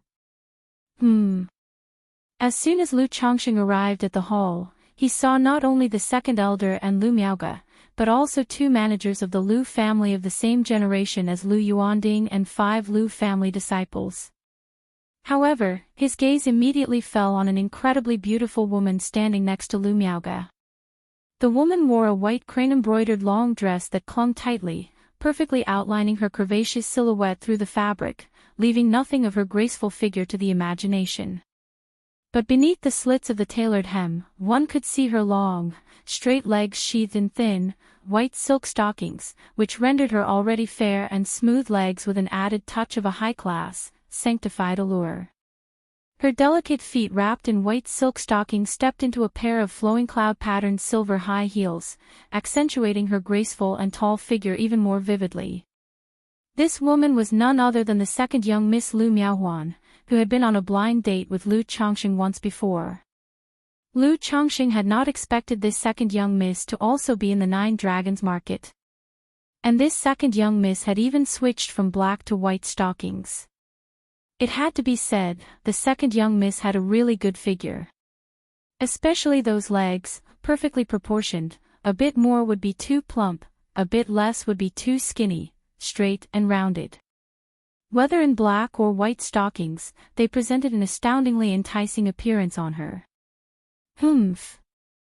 Lu Miaohuan too noticed Lu Chongqing, and seeing his gaze linger on her, promptly gave a cold snort, turning her head to look elsewhere. Lu Chongqing just smiled and pretended not to notice. He was aware that the second young miss still held a grudge. That was normal. It had only been half a year since their blind date, and he had rejected the second young miss, marrying Lu Miaoyun instead. With the proud temperament of the second young miss, how could she easily forget and not hold a grudge? If it wasn't for the second elder hosting a welcoming banquet, the second young miss probably wouldn't even want to see him, much less show a pleasant expression.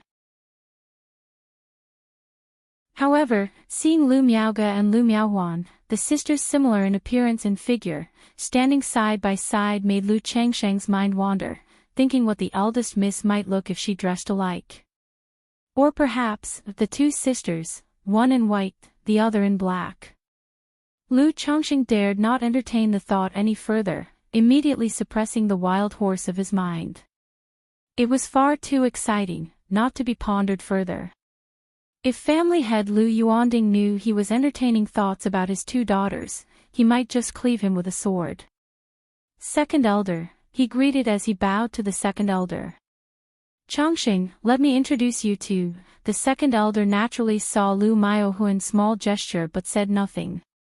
He was aware of the small history between Lu Chongqing and Lu Miaohuan. It was precisely this incident that made Lu Yuanding see his daughter restless at home, hence he allowed her to come to 9 Dragons Market to find something to do, and also to take her mind off things. Thereupon, under the introduction of the second elder, Lu Chongqing got acquainted with the 2 managers of the Lu family, and also with the other 4 Lu family disciples. These individuals, capable of handling affairs in the 9 Dragons Market, held not low positions within the Lu family, belonging to the future upper echelon.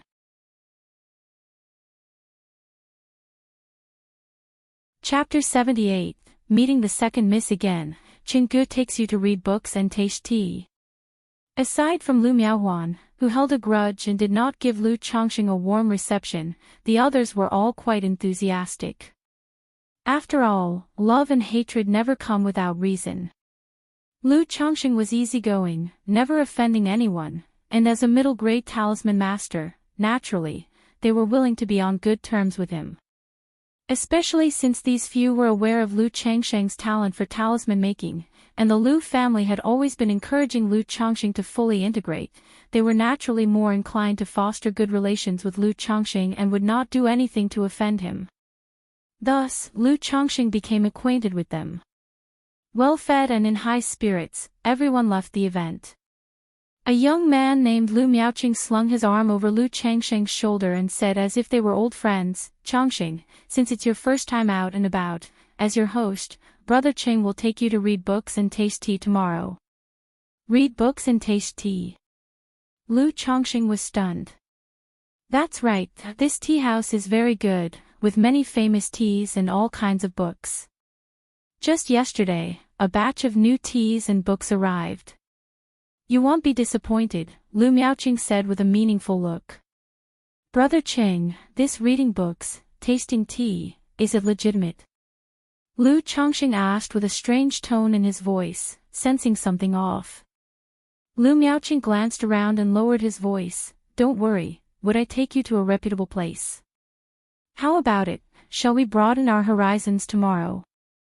Lu Changxing fell silent for a moment. Indeed, he hadn't guessed wrong. This was not a proper read books, taste tea your brother-in-law, for crying out loud. What kind of brother-in-law would take their brother-in-law to broaden their horizons in such a way? Also, you bring this up as soon as I arrive at Nine Dragons Market and want to take me to such a place, isn't that a bit improper? Or is that how you see me in your heart? Lu Changxing thought to himself, then said, Brother Cheng, I'm not that kind of person, I don't go to those places. But if you don't see the world, how will you gain experience? This is also a form of cultivation, Lu Miaoqing argued. There's a saying, tea is like a beauty, it should be savored slowly, and a lady is like a book, she should be read carefully. This reading books, tasting tea, is about observing all walks of life, experiencing the various flavors of life, and is the best way to gain life experience. Don't worry, I definitely won't tell Sister Miaoyan about this, Lu Miaoqing assured. Lu Changxing, damn it, a visit to a brothel is being made to sound so classy and pure. Lu Changxing had not expected the Lu family to have such a talented speaker. However, he did feel that there was some truth to what was said. It was indeed a way to gain experience and see the world. When someone travels alone, they should see more of the world, right? Maybe next time, Lu Changxing said after some contemplation. While he wanted to gain experience, the idea of doing such things just upon arriving at Nine Dragons Market gave him a sense of guilt. Moreover, he had more important things to do. He planned to stroll around the loose Cultivator marketplace tomorrow. Alright then, whenever you want to go, you can look for Brother Cheng. I know every corner of Nine Dragons Market, Lu Miaoqing said, patting Lu Changsheng's shoulder, feeling a bit bored. He had heard of Lu Changsheng's reputation and thought he could find a kindred spirit, but to his surprise, Lu Changxing actually refused. Alright, thanks Brother Cheng, Lu Changxing nodded, then returned to his room to meditate and cultivate for 2 hours before lying down to sleep. But as he lay in bed, he found it difficult to fall asleep, feeling like something was missing. Sigh, suddenly being alone, I'm not used to it, Lu Changxing sighed softly. Used to cuddling with his wife and concubine each night, the sudden solitude made him feel uneasy and not at peace. He then got up, took out his talisman-making tools from his storage bag, and began drawing talismans.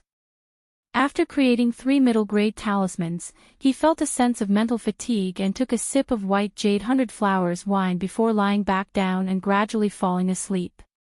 The next day, Lu Changxing got up, had a simple breakfast, and went to find his sister-in-law, Lu Miaoga, to accompany him to the spiritual talisman shop. During the process, he saw Lu Miaohuan again. But she showed no warmth toward him whatsoever.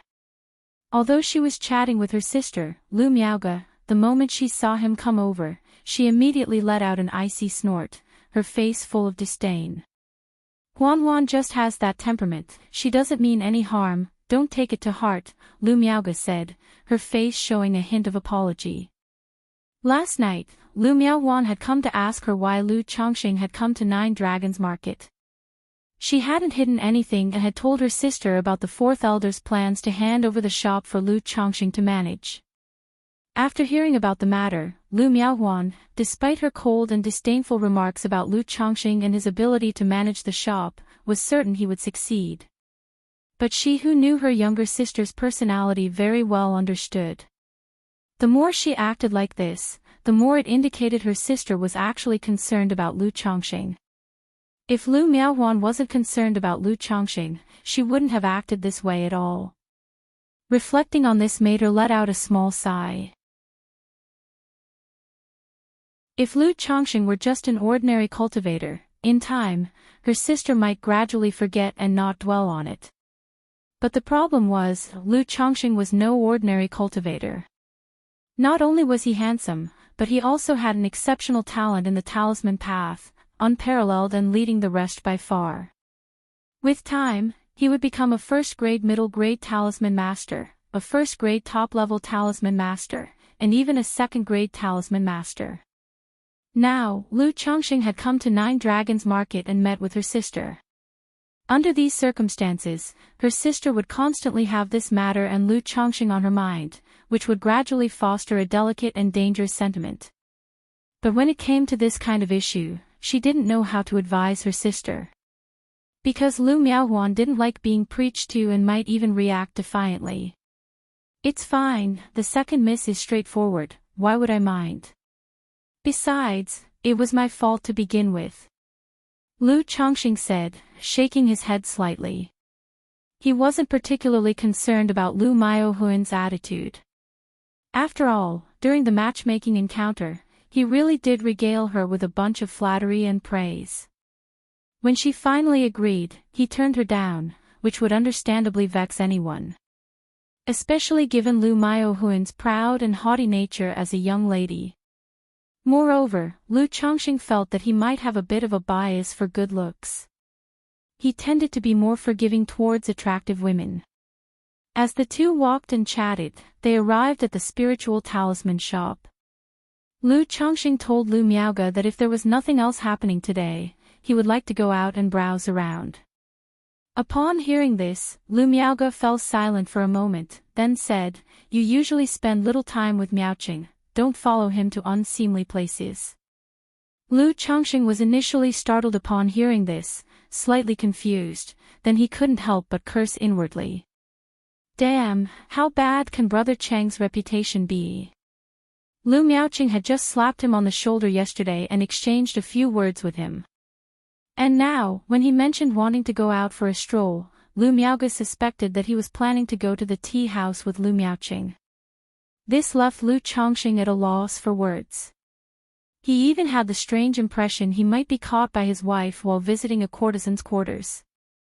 "Sister Miaoge, Brother Ching invited me to read and taste tea yesterday, but I outright refused. I just thought I'd wander around and take a look at the loose cultivators market on Southwest Street." Lu Chongqing immediately spoke up, distancing himself from any association with Lu Miaoqing.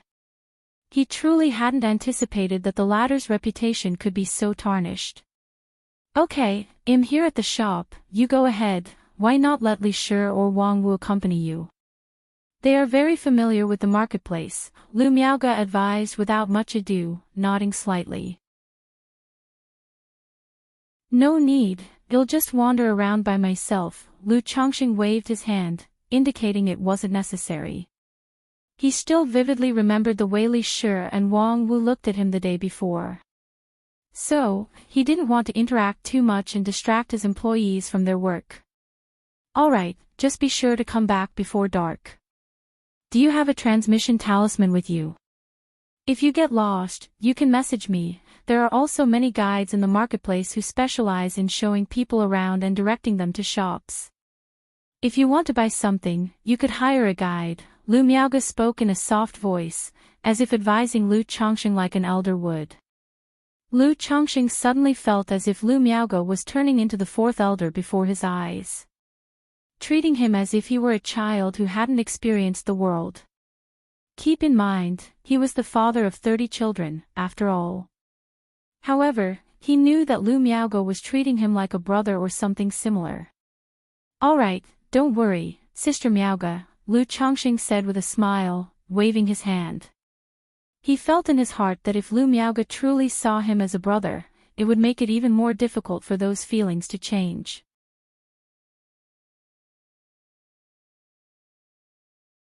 Chapter 79, Catgirl. Fox Lady. Snake Princess. _1 After parting with Lu Miaoge, Lu Chongqing wandered around the streets for a while before entering a deserted alley. He took out the human skin mask from his storage bag, put it on, and donned a wide, gray-brown robe.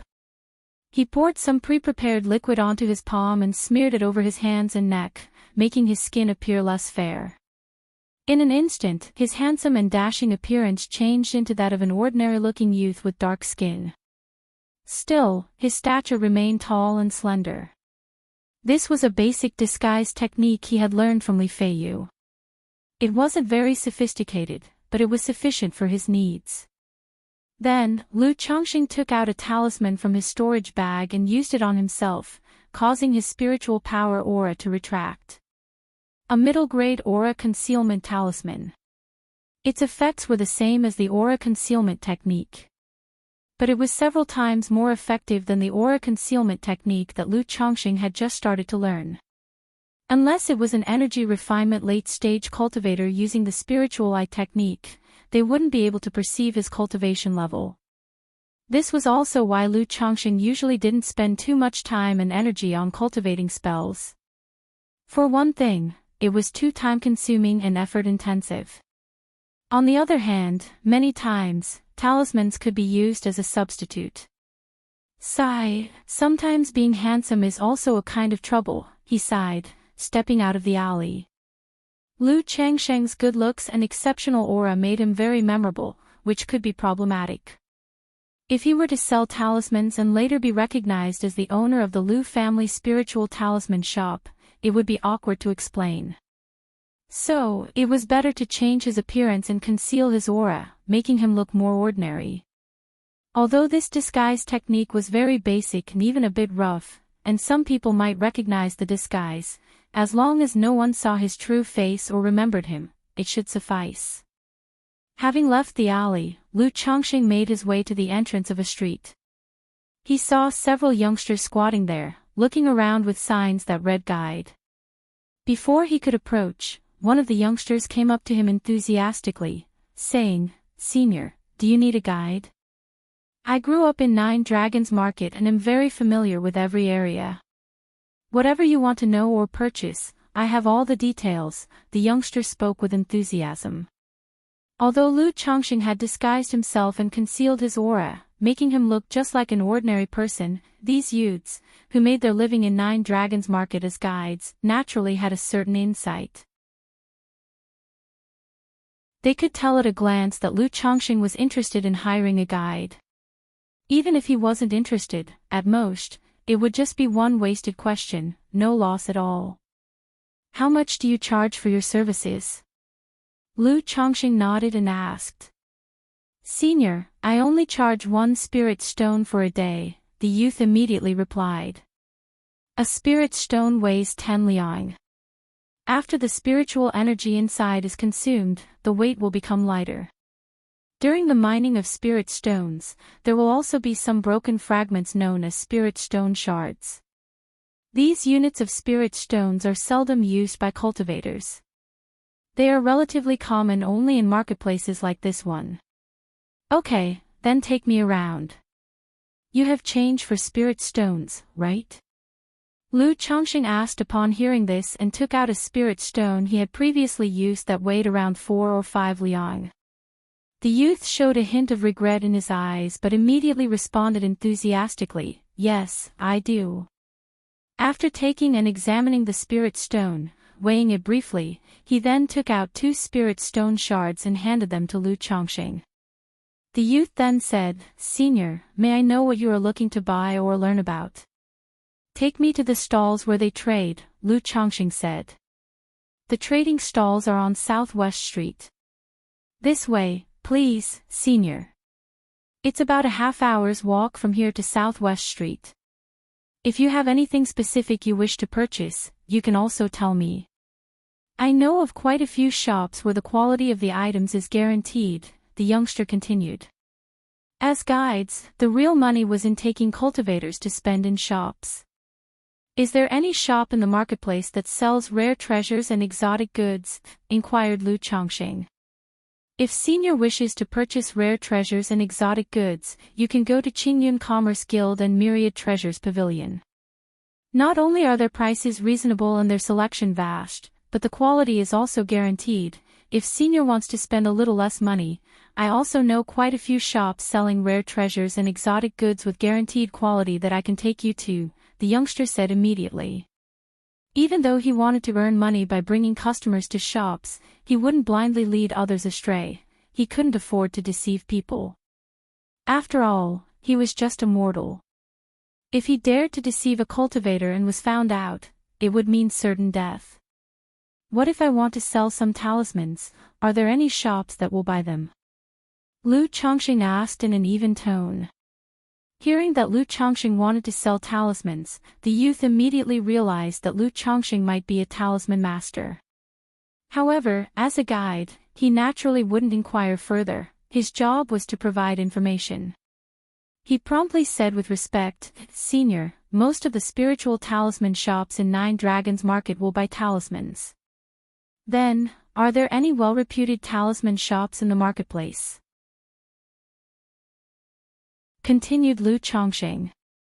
Actually, to be able to open a shop in the marketplace, they all have a good reputation, but if we are talking about the best reputation for talismans, naturally it's the Tianfu Pavilion of the Shen family. Their talismans not only guarantee quality, but they also often have special offers. However, they don't usually buy talismans from outsiders. Next would be the shops of families like Bai Lake Mountains Yu family, Qingzhou Mountains Lu family, Red Leaf Valleys Chen family, and Wugong Ridges Xing family. Their quality and reputation are guaranteed, the youngster said. If senior is looking to buy talisman paper, I would recommend the Lu family of Qingzhou Mountain and the Chen family of Red Leaf Valley. Their talisman paper is made with their own materials, which makes it much better than average.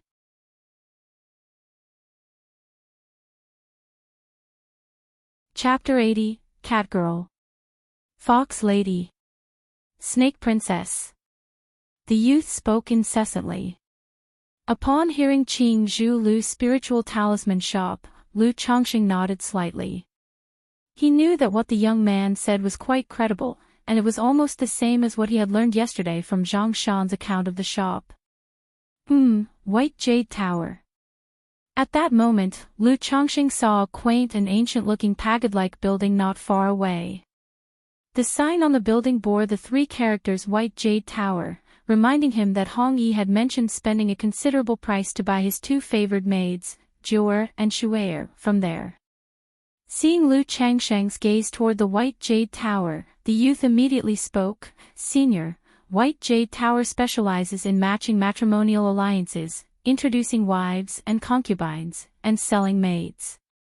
If senior is thinking of taking a wife or concubines, or purchasing maids, you can visit White Jade Tower. White Jade Tower is also an established brand. I've heard that it's not just in Nine Dragons Market, but has branches in many marketplaces and even in Immortal City." The youth spoke, saying this. Oh.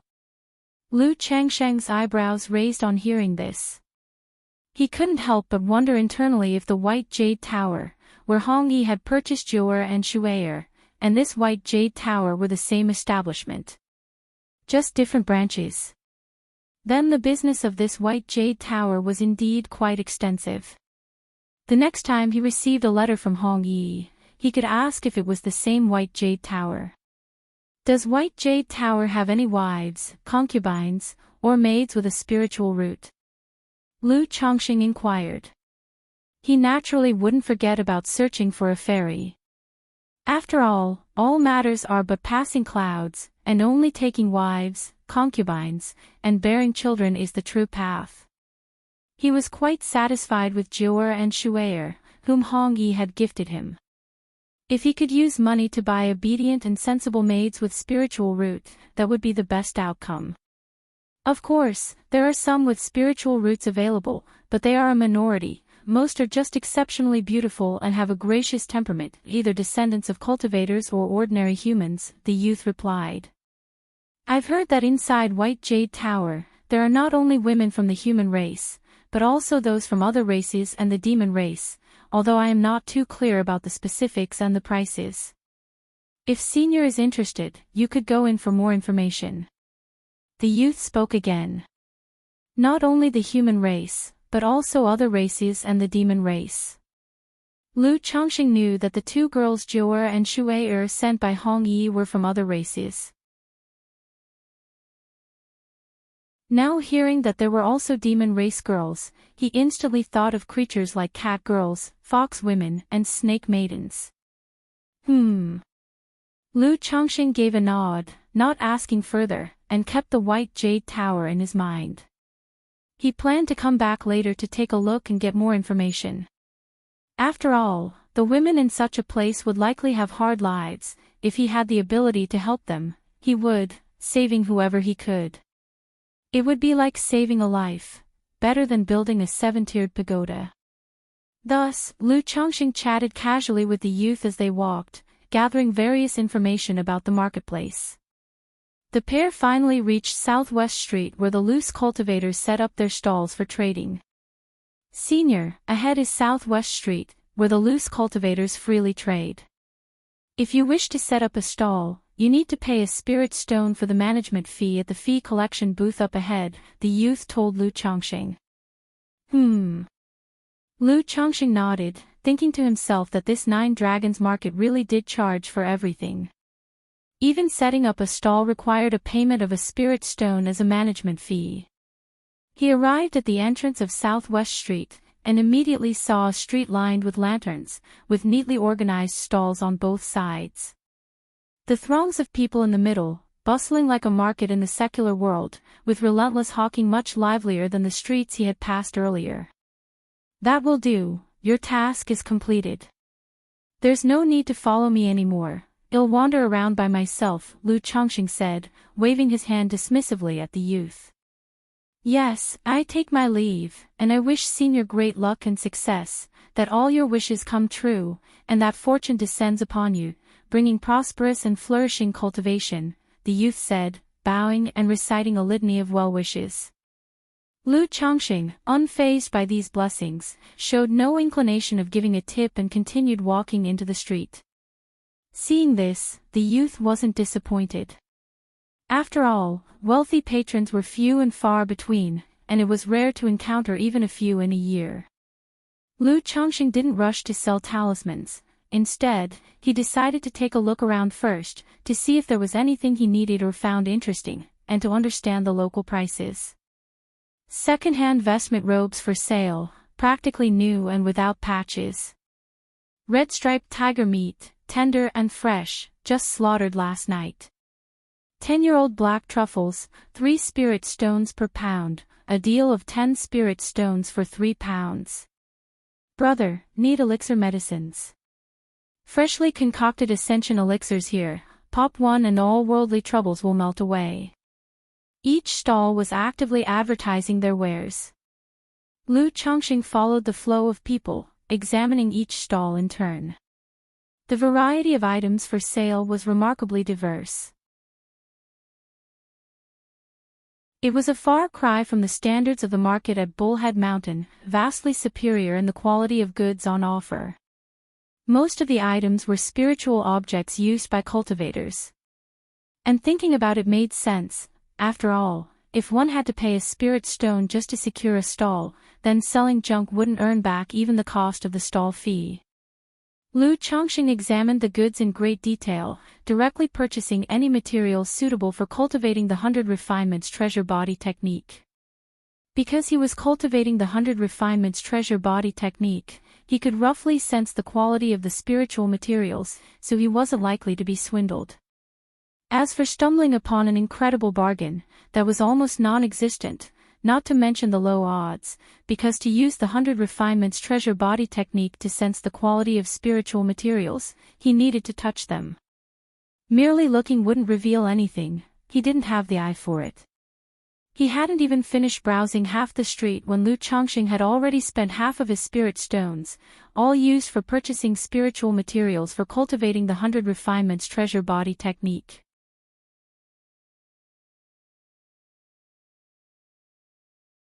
Chapter 81, Catgirl. Fox Lady. Snake Princess. This made him sigh with helplessness. Money really burns fast. Afterward, Lu Chongqing restrained himself a bit and focused on observing. If he really wanted to buy something, he decided to look around more and come back later to make a purchase. During this process, Lu Chongqing overheard someone haggling, chit-chatting, and debating, and he would stand aside and listen if he found it interesting. In fact, as he wandered and listened along the way, he did indeed learn a great deal and broadened his horizons considerably. Fellow Daoist, I'd like to trade this magic artifact fragment for your item. Would you like to exchange? A magic artifact fragment. May I have a look? What kind of magic artifact fragment is this? It's completely useless, I want trade. At that moment, Lu Changsheng's attention was caught by a conversation at a nearby stall, and he turned to look in that direction. He saw an elegant middle-aged man standing in front of a stall, taking back a black iron lump the size of an egg with a rough surface. Fellow Daoist, you said this is a fragment of a magic artifact. Does this fragment have any effects? A woman in blue stepped forward and politely inquired of the elegant man. Clearly, she also heard about the magic artifact fragment and wondered if she could pick up a bargain. There is no special effect, it's just very hard. I once tried hacking it with my middle-grade flying sword magic instrument, and my flying sword ended up with a notch. The elegant man said with a pained expression on his face. His words immediately sparked curiosity among the others who were paying attention. Being able to notch a flying sword magic instrument meant this was no ordinary scrap. Even if it wasn't a fragment of a magic artifact, it was still an extremely rare material. This esteemed brother, I am willing to offer 20 spirit stones for this fragment, will you sell? Someone spoke up. Won't sell. If you want it, you have to pay at least 100 spirit stones. The elegant man waved his hand dismissively. 100 spirit stones is too expensive, fellow Daoist, I am willing to offer 30 spirit stones. Fellow Daoist, could you use your flying sword to hack it again in front of me? If it really notches the sword, I am willing to offer 40 spirit stones. Another person proposed. However, upon hearing this, the elegant man's face darkened instantly, and he scolded, "Scram! Fellow Daoist, may I take a look at this magic artifact fragment?" In the meantime, Lu Chongqing also stepped forward and with a bow, he spoke. His 100 refinements treasure body art required heavenly materials and treasures for cultivation. If the piece in front of him was indeed a fragment of a magic artifact, and he could integrate it into his body for cultivating the 100 refinements treasure body art, then he wouldn't just offer 100 spirit stones. Even 200, 300 spirit stones, in his view, would be worthwhile.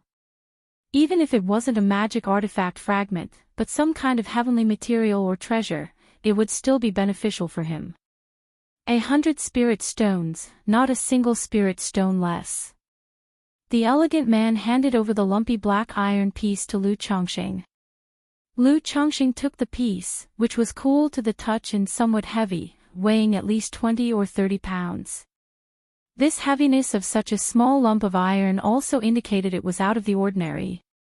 Lu Chongqing slowly operated his 100 refinements treasure body art, his fingertips reddened slightly as he sensed the essence of heaven and earth within the iron lump. He immediately felt that the essence contained within was far more vigorous than any of the materials he had purchased before. Even though he did not know if it was a piece of a magic artifact, Lu Chongqing was certain it was a good item and that purchasing it was unlikely to result in a loss. Fellow Daoist, I don't have enough spirit stones on me. Could I use these 2 superior grade talismans to offset some of the spirit stones? Lu Chongqing said calmly, taking out 2 superior grade talismans from his sleeve. He currently had only 140 spirit stones left on him. If I buy this shard, I won't have enough spirit stones to buy anything else. So I'll try bartering with goods, while also using up some of the talismans I have on me. As I've wandered around, I've seen quite a few exchanges of goods for goods. After all, most loose cultivators don't carry that many spirit stones on them for transactions. Flying Ascension Talisman, Golden Light Barrier Talisman. The refined man immediately recognized the two talismans, his eyes lit up, and he said, I won't take advantage of you, these two spirit talismans can offset 70 spirit stones. You just have to give me 30 more spirit stones. The refined man stated very directly. He only guessed that this iron chunk was a fragment of a magical treasure but wasn't certain himself. It had been put up for sale several times, and he had sought appraisals, but no one was willing to pay a high price for it.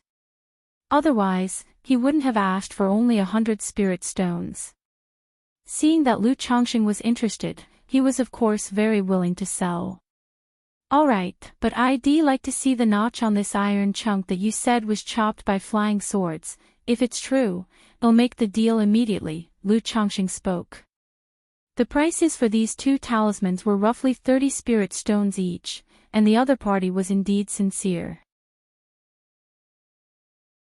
However, although he knew the iron chunk was valuable, he couldn't let on as if he had made a huge gain, as that could raise suspicions. Sure. Upon hearing this, the refined man took out a deep blue flying sword from his storage bag. Pointing to a small notch on it, he sighed and said, You see, this notch is the one I regretfully made with a casual chop. Lu Chongqing could see that there was a notch as wide as a finger in the middle of the flying sword. He nodded immediately, handed over the two talismans to the man, and took out 30 spirit stones, saying, All right, in that case, I'll take the shard. Good. The fellow cultivator is decisive. The refined man accepted the talismans and spirit stones, his face showing delight as he gave a bow. Lu Chongqing also bowed slightly, tucked away the iron shard, and continued to stroll around. TSK, someone actually spent 100 spirit stones on this so-called magical treasure shard. This iron piece, able to notch a flying sword, is indeed good material, it's just too small. If it were really worth that much, he would have taken it to the Myriad Treasures Pavilion for appraisal and sale by now. Would he have asked for just 100 spirit stones? Even if it is indeed a fragment of a magical treasure, it must be from a large magical artifact, otherwise, there wouldn't be a complete lack of enchantments. That's correct, such fragments of magical treasures are not so easy to melt down. This thing, those who could use it wouldn't want it, and those who would want it can't use it. Indeed, it's of no use to us energy refining cultivators. Who knows, maybe the buyer has some other clever use for it. A few people nearby saw this scene and started discussing it aloud. Lu Chongqing heard the whispers but didn't mind them. After all, someone had a point, he indeed had another extraordinary use for it, planning to use it for cultivation. I'm not even sure if this thing is a piece of a magical treasure, but if it is, and I can incorporate it into my body for cultivating the 100 refinements treasure body art, then I've really made a small fortune. As long as I complete the first layer of the 100 refinements treasure body art, my body will be as strong as a lower grade magical instrument, and at that time, my physical body will undergo a qualitative improvement. Lu Chongqing thought to himself. After half a year of nurturing, his physical body had already become much stronger than before. But there was still a significant distance to go before the first layer of the 100 refinements treasure body art, refining his body to the level of a lower grade magical instrument. There was no helping it, body refinement techniques are time-consuming and expensive to practice. And the 100 refinements treasure body art is far superior to ordinary body refinement techniques. He had only been practicing it for a little over half a year. Having spent over 100 spirit stones on materials before, and now another 100 on this magical treasure shard, Lu Chongqing worried he might attract unwanted attention and decided to leave Southwest Street immediately. Although Nine Dragons Market was well regulated under the protection of Qingyun sect, ensuring good security, it was still best to be cautious in all matters.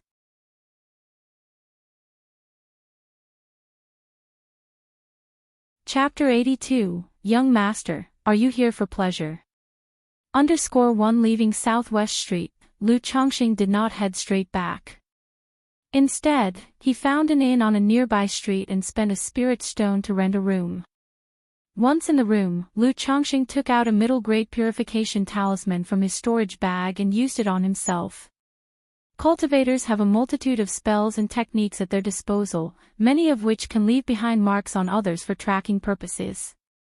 This purification talisman was capable of dispelling and cleansing such tracking marks and imprints. Seeing that the talisman had no effect on him, Lu Chongqing also breathed a sigh of relief, knowing he was not being tracked. After all, last time he had left Bullhead Mountain after selling some items, he was targeted immediately upon descent. It was still wise to be cautious and careful. Lu Chongqing could even feel that his 2 years of comfortable life with the Lu family had caused him to lose some of that cautiousness that he had when he first arrived, always feeling as if he were walking on thin ice. Hence, he constantly reminded himself to stay alert and be aware of potential dangers even when in a safe environment. Otherwise, there's no telling when danger might strike. After resting in the room for half an hour, Lu Chongqing left with a human skin mask on. He still had the same dark, unremarkable appearance. After all, looking ordinary made it less likely for one to be remembered. Stepping out of the inn, Lu Chongqing returned to Southwest Street. Having spent so many spirit stones today without any income, it was natural that he wouldn't return so quickly. He was planning to sell some items in exchange for spirit stones. He continued to stroll along the street he had previously walked. Since he had already bought many spiritual materials needed for the 100 Refinements treasure body technique, enough for some time of cultivation, he didn't buy any more. After all, it was necessary to keep some spirit stones on hand for emergencies. Then, he saw a stall selling books. He spent 2 spirit stones and bought a dragon locking secret technique and a jade room essential arts. They taught how to enhance that certain ability and how to retain yang energy and blood during moments of pleasure, reducing energy loss. These were just common bedroom arts, not any cultivation techniques or secret techniques. Otherwise, they would not be sold for such a price. In Lu Chongqing's opinion, these things were just for fun. Real dual cultivation secret techniques and cultivation techniques would have to come from the system. After browsing around enough, Lu Chongqing went to a stall at the corner of the street to pay a spirit stone and start his own stall. The cultivator at the payment stall gave him a wooden plaque. The plaque bore a number, corresponding to a stall location where he could set up shop for 3 days. Having taken the plaque, Lu Chongqing found his designated spot and sat down. He took out a stack of talismans. There were 30 lower-grade talismans and 5 middle-grade talismans in total. While he was wandering around earlier, he had also taken a look at other talisman-selling stalls. He knew he couldn't put out too many, or it would attract undue attention. Then, he laid out 3 items he had acquired from 3 robber cultivators on Bullhead Mountain, a flying sword, a flying dagger, and a bell. Since he had the green-face sword and plenty of talismans by his side, he had no use for these 3 magic artifacts and naturally chose to sell them for cash. As for the 3 storage bags he had previously obtained, one he used for miscellaneous items, and another for talismans, he wasn't selling them just yet as they might come in handy later. After marking prices on all the items, Lu Chongqing waited for business to pick up. However, an hour passed by. Every now and then, people glanced at his stall, but most had little interest. He only sold 5 or 6 talismans. My stall's location isn't good, it's too far back. And in a place like Nine Dragons Market, there are too many people selling talismans and magic artifacts, it's too competitive, and most rely on the reputation and customers they've built up over time. Even though my prices are a bit lower than other stalls, I still can't compete unless I lower them even more. But a slight reduction is useless. I'd have to drop the prices significantly, and that would clearly disrupt the market and attract unwanted attention. After selling for quite a while without moving many items, a hint of impatience arose in Lu Chongqing, and he stood up to pack up and leave. He planned to see if he could find any buyers for talismans and magic artifacts. A lower price would be fine. Otherwise, relying on setting up a stall, who knows when he would manage to sell everything. I have 30 lower-grade talismans and 5 middle-grade talismans. Will you buy them? No. No. No. What price are you offering? After asking 4 stalls, one of the owners spoke up. 10% off your current asking price, Lu Chongqing said. Too high, 50% off, and they'll take them all, the stall owner countered. Forget it then, I might as well sell them myself. Lu Chongqing turned to leave immediately. Damn it, there was a limit to being cutthroat. He couldn't believe the owner had the nerve to say 50% off. Brother, 60% off, the stall owner called out as Lu Chongqing walked away. 80% off, Lu Chongqing paused. How about this, let's meet halfway at 70% off, the stall owner suggested. Lu Chongqing hesitated for a moment, then nodded, all right. He took out the stack of talismans for the owner to count. He suddenly felt a twinge of guilt toward Hong Yi. He was selling talismans here at a 30% discount. Yet, he only gave a 20% discount to Hong Yi. Based on the market price, that's 80 spirit stones in total. At 70% off, that would be 56 spirit stones. The stall owner calculated the price after counting the talismans. Deal. Lu Chongqing completed the transaction and quickly left Southwest Street. He changed his appearance again and found 4 spiritual talisman shops to sell his talismans. Considering his own identity issues and not being proficient enough in changing appearances, Lu Chongqing chose not to approach the larger talisman shops. The shops he found all seemed relatively small. The buying price for talismans was around 70% off. And so, Lu Chongqing sold a total of 145 lower-grade talismans and 60 middle-grade talismans at 5 different spiritual talisman shops.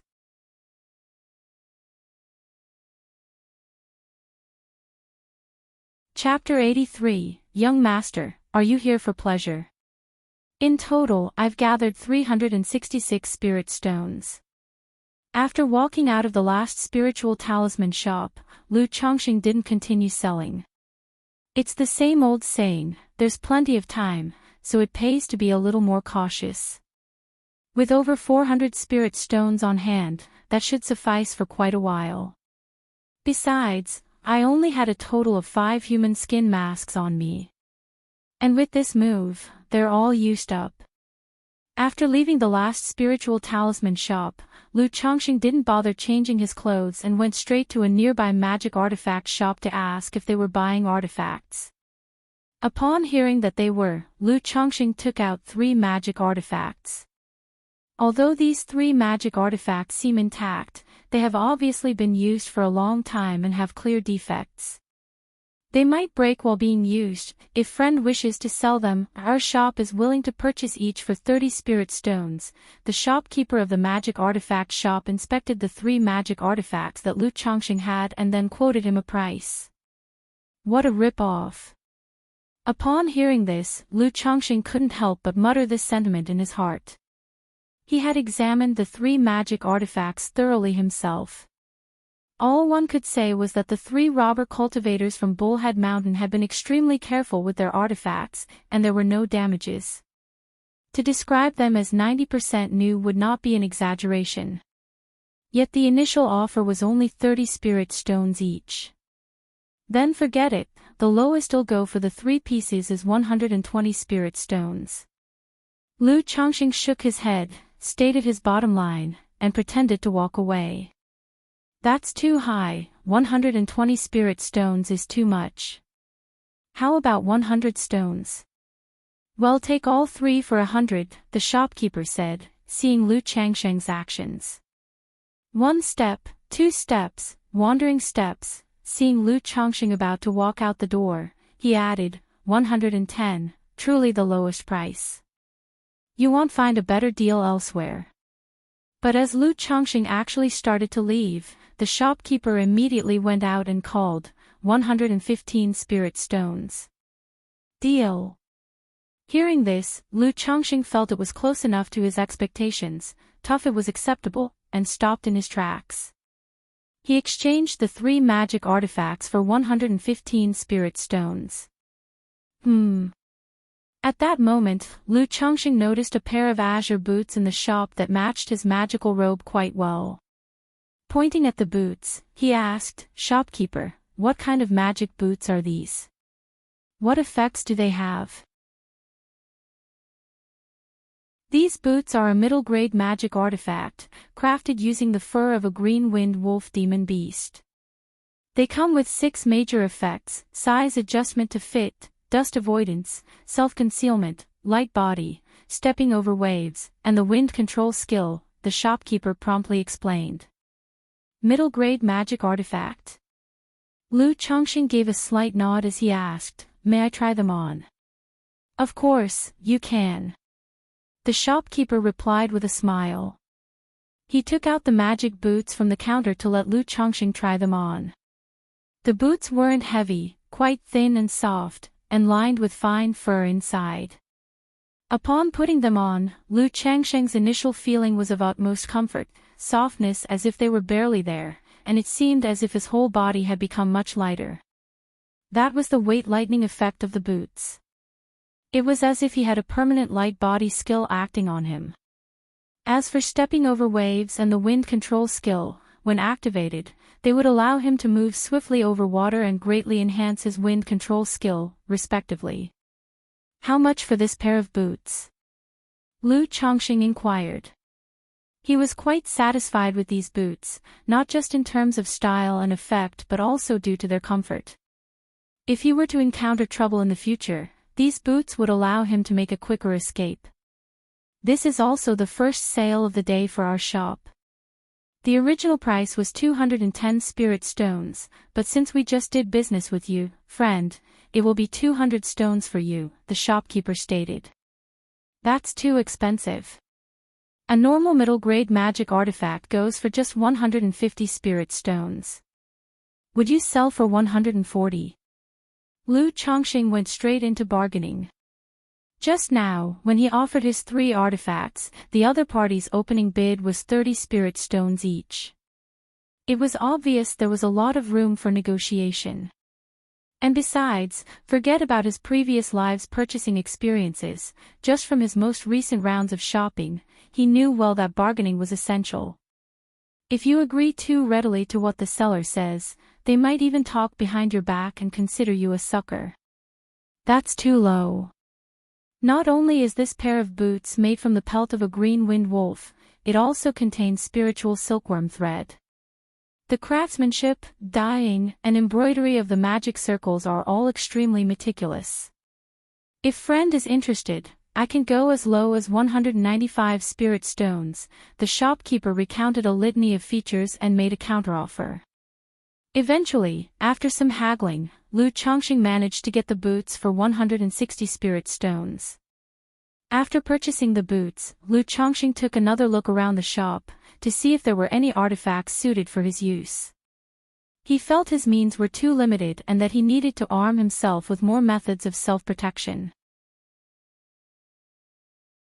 He then spent 63 spirit stones and 210 spirit stones in the shop to buy a lower-grade magic artifact, 100 Changes Mask, and a middle-grade magic artifact, Chilled Jade Spiritual Pendant. The 100 Changes Mask, once tailored to the face, could be freely altered to another visage, and unless it was a cultivator in the late stages of spirit refinement using the spiritual eye technique, nobody could detect anything. With this magical mask, he needn't bother buying ordinary human skin masks anymore. And the Chilled Jade Spiritual Pendant, when worn, provided clear-mindedness, concealed spiritual power, masked one's aura, and shielded against divine sense probing. Moreover, in dangerous situations, it could passively generate a body-protecting shield capable of withstanding a hit from a cultivator at the middle stage of chi refinement. "Take care, friend," the shopkeeper said, smiling while he saw Lu Chongqing out of the store. "Sigh, money really burns a hole in your pocket, doesn't it?" After exiting the shop, Lu Chongqing sighed. Just a while ago, he thought the substantial sum he had would last a long time. But in the blink of an eye, he had almost spent all the money from selling talismans and magic artifacts, with only a little over 100 spirit stones left. He didn't have enough to buy new artifacts or materials for talismans. Isn't money meant to be spent anyway, and you can't skimp on upgrading your equipment? In about 10 days to half a month, he'll come back and sell another batch of talismans, and then he'll have money again.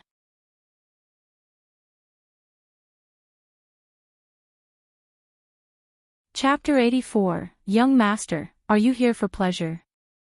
Lu Chongqing let out a breath and went to another inn to open a room. He used a purification talisman to check if he was marked for tracking. Once he confirmed that he wasn't being followed, Lu Chongqing put on the human skin mask, and with a slight shift of his mental spirit, his face turned into the likeness of Li Feiyu. "It's really worthy of being a magic artifact. With this I don't need to change my appearance anymore." Lu Chongqing looked at himself in the mirror, whose features shifted continuously, and he couldn't help but nod in satisfaction. It was a pity that this mask was just a lower-grade magical instrument.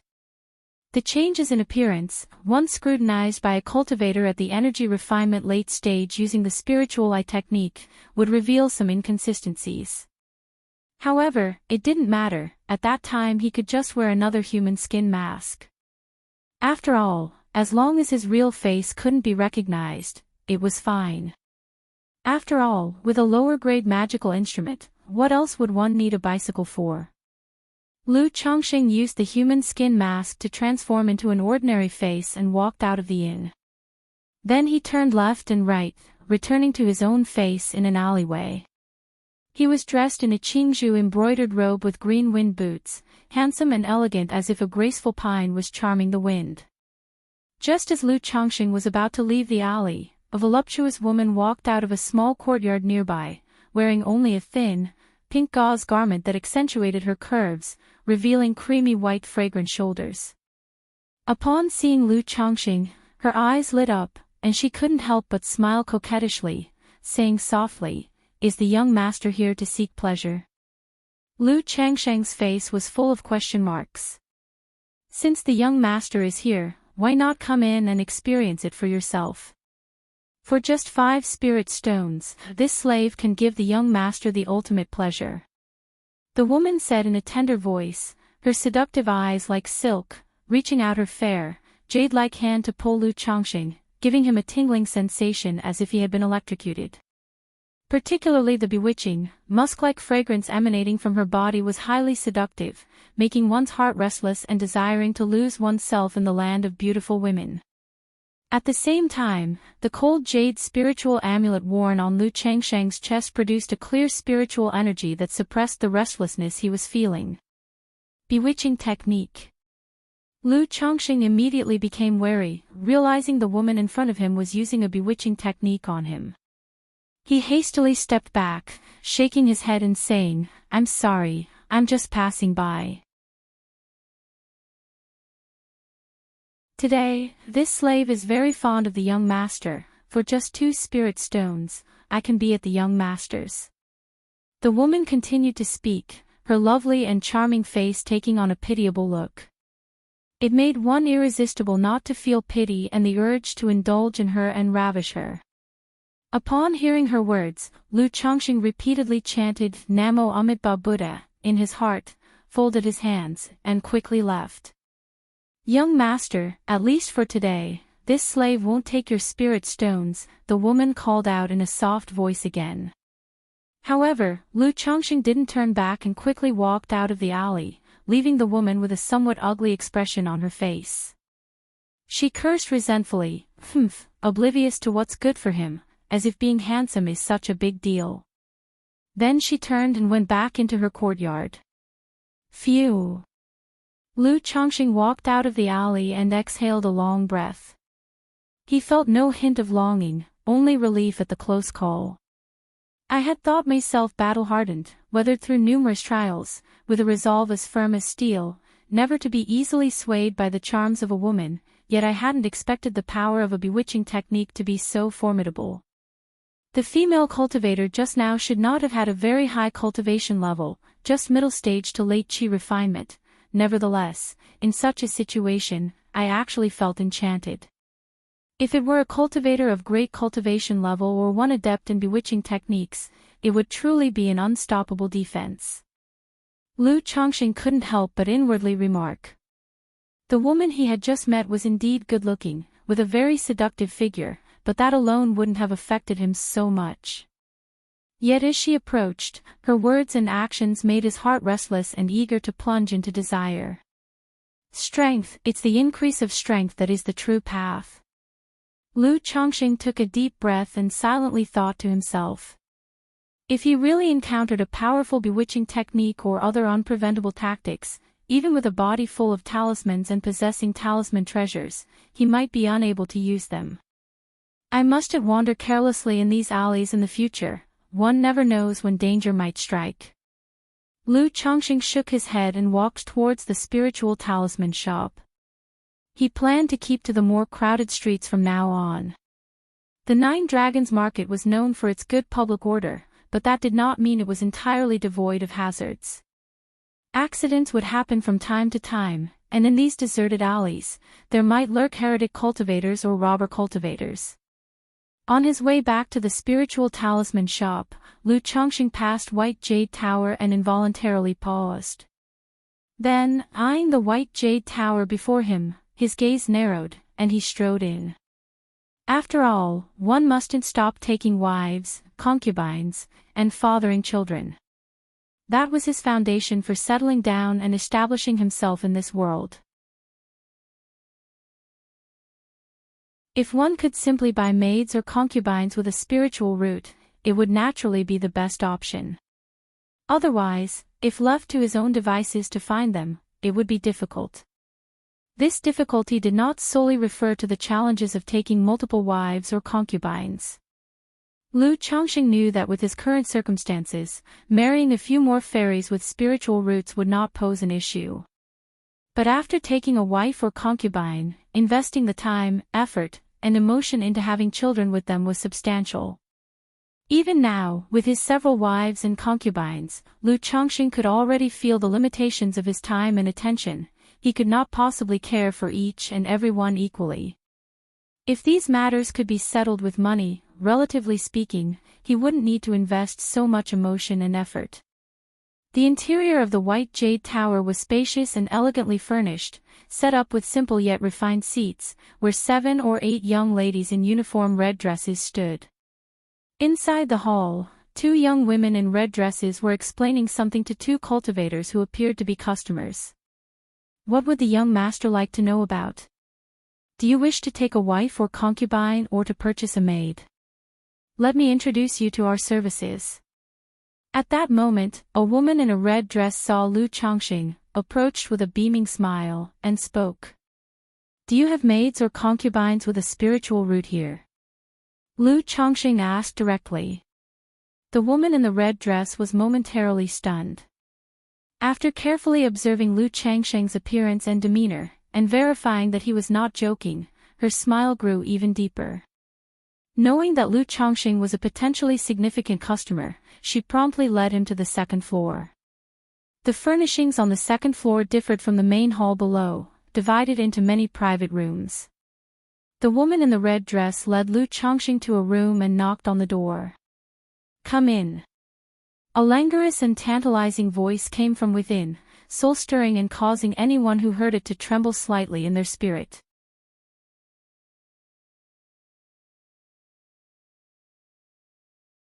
Chapter 85. Do you smell like another woman?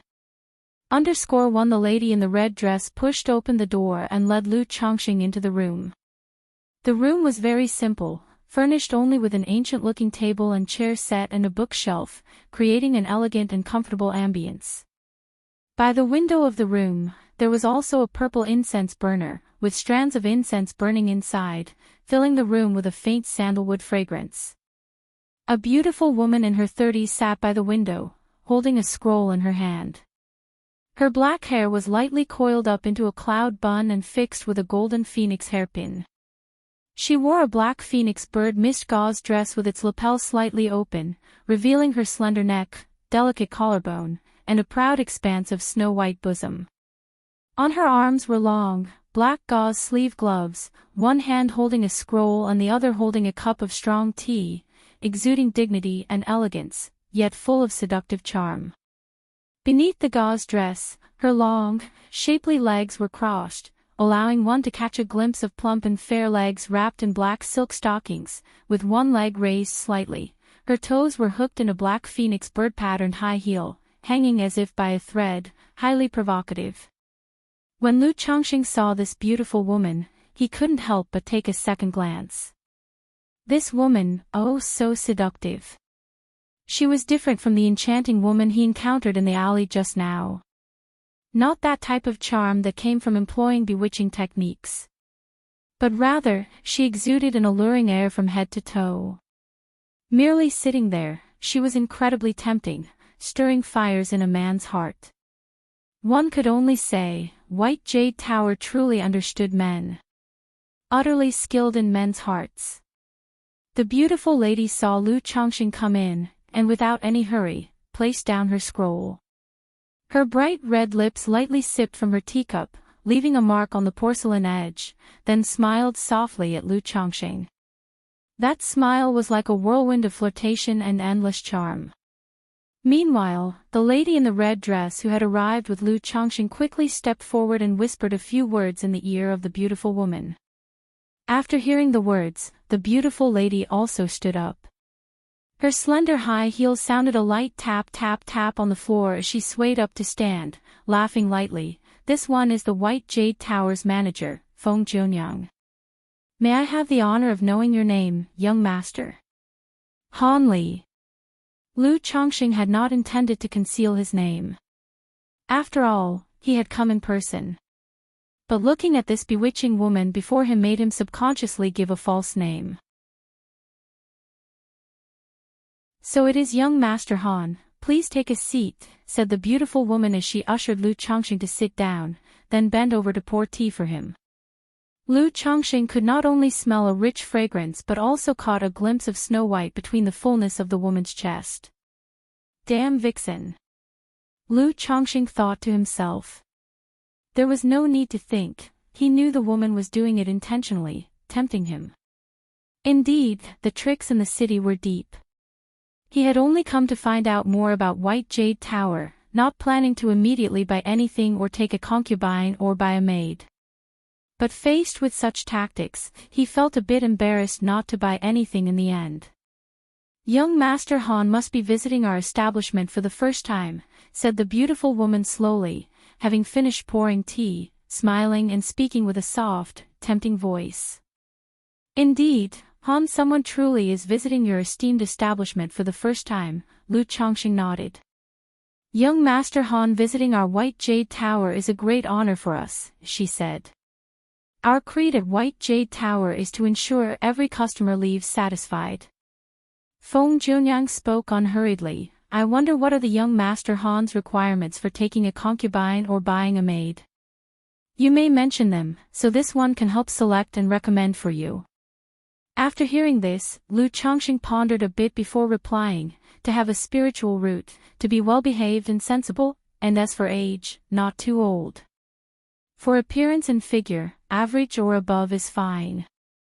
His requirements for a concubine and a maid were not high. Just to possess a spiritual root.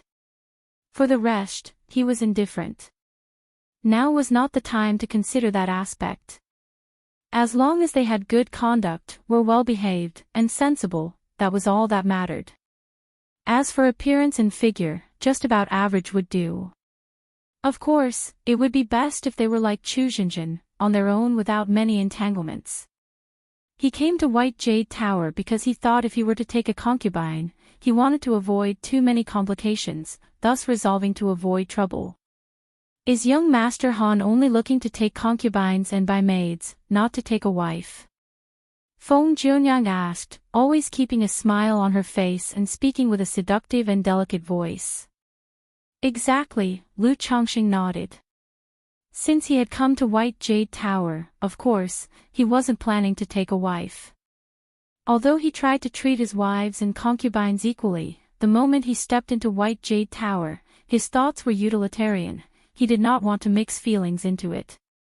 As time passed, Lu Chongqing felt he was gradually adapting to this world, and his morals were becoming more flexible. In the beginning, he used to worry all day about his wives and children. But now, he had become much more indifferent. He even wondered if this counted as developing an air of arrogance. Very well, I understand young Master Han's requirements.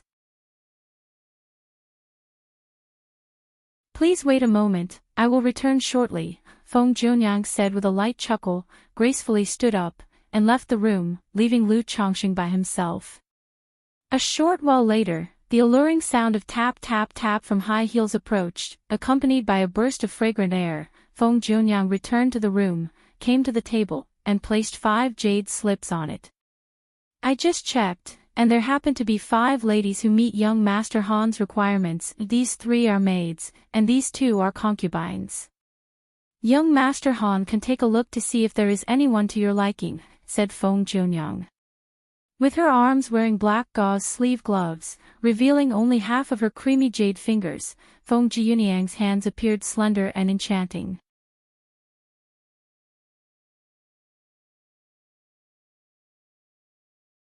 Chapter 86, Do you smell like another woman? Lu Chongqing nodded slightly, picked up a jade slip, and placed it on his forehead, sensing it with his mental spirit. He immediately saw a vivid, lifelike image of a young woman in a yellow dress. This woman was about 18 or 19 years old, with an above-average face and figure, except her eyes lacked luster, carrying a sense of numbness and lifelessness. Despite the smile on her face, it was evident that it was a forced smile. He shook his head slightly and picked up the second jade slip. It contained the image of a 20-something female in white, much like the first, with numb eyes and a forced smile. The third jade slip held the image of a woman in her late 20s. She had a beautiful face and a plump figure, exuding a sense of dignity and maturity that came with being a young married woman. Although her eyes were not as numb as the first 2, it was clear to see that she was somewhat reluctant. After viewing the jade slips of these 3 maids, Lu Chongqing furrowed his brows and picked up the 4th jade slip. Compared to the previous 3 women, this one seemed quite normal. In her 20s, with a beautiful and lovely face, dressed in a purple dress, she had a very sweet smile with 2 shallow dimples. Lu Chongqing picked up the 5th jade slip to inspect. It was an image of a cute-looking girl with a petite but exquisitely proportioned figure. To Lu Chongqing's surprise, this girl actually had a pair of fluffy fox ears on her head and a fluffy fox tail behind her, not seeming decorative, but rather inborn. Is this girl of the demon race, or perhaps a half-demon? Lu Chongqing felt a bit of surprise upon seeing the fox-tailed girl in the jade slip. Having read many books, he knew that some demon beasts, upon breaking through to a certain realm, could refine their vertebrae and undergo transformation. Great demons that transformed could mate with the human race, and although it was hard for them to bear offspring, there was still a chance of producing children. Such offspring, although human in shape, would retain some traits of the demon beast. He put down the jade slip and turned to Feng Jianyang. Manager Feng, the girl in this jade slip, is she of the demon race? Correct, this girl is a half-demon with a cultivation level of 7th level energy refinement. She not only possesses a 6th grade spiritual root but also the high-rank bloodline of the golden-pupiled white fox, Feng Jianyang replied. Although this girl is willing to become a concubine, her requirements are relatively higher. She not only has preferences regarding her partner's appearance and age but also demands 48 middle-grade spirit stones as a betrothal gift, she added. However, with Mr. Han's appearance, I'm sure any young girl would be pleased, Feng Junyang said with a smile, her charming eyes gazing at Lu Changxing as if looking at a lover. She has requirements regarding age and appearance, and also asks for 48 middle-grade spirit stones as a betrothal gift. Upon hearing this, Lu Changxing was at a loss for words for a moment. Spirit stones are categorized as lower-grade spirit stone, middle-grade spirit stone, superior-grade spirit stone, supreme spirit stone. The spirit stones he usually used were all lower-grade spirit stones.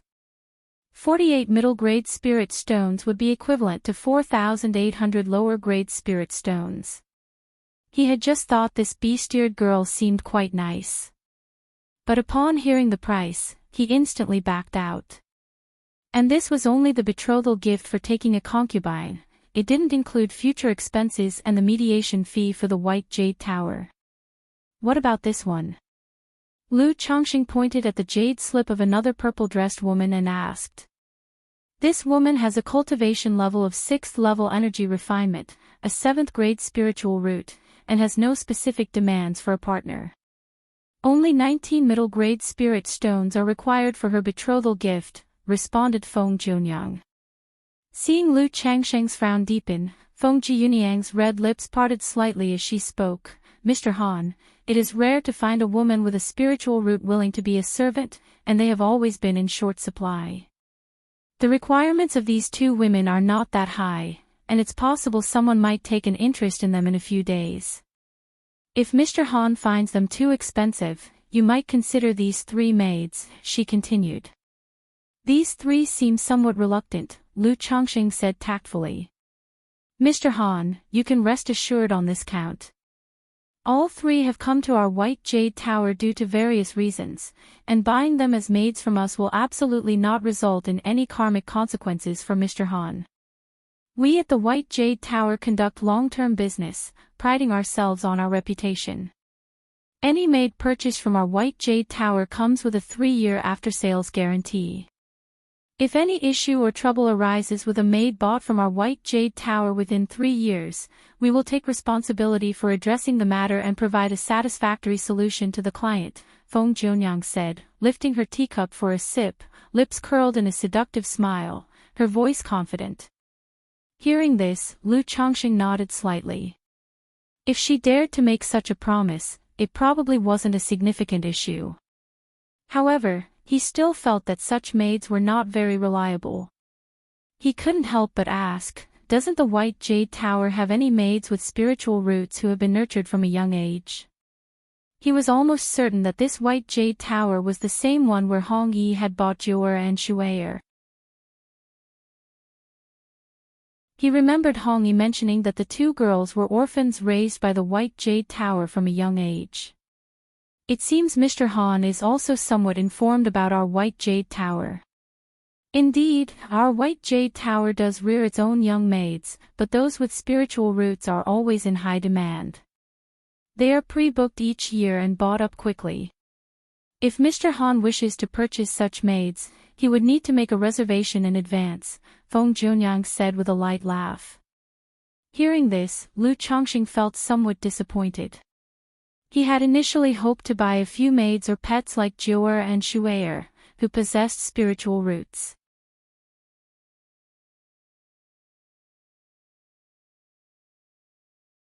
Chapter 87, Do You Smell Like Another Woman? Now it seems that maids with spiritual roots are highly sought after and not so easy to buy, as their prices are not cheap. That seems normal enough.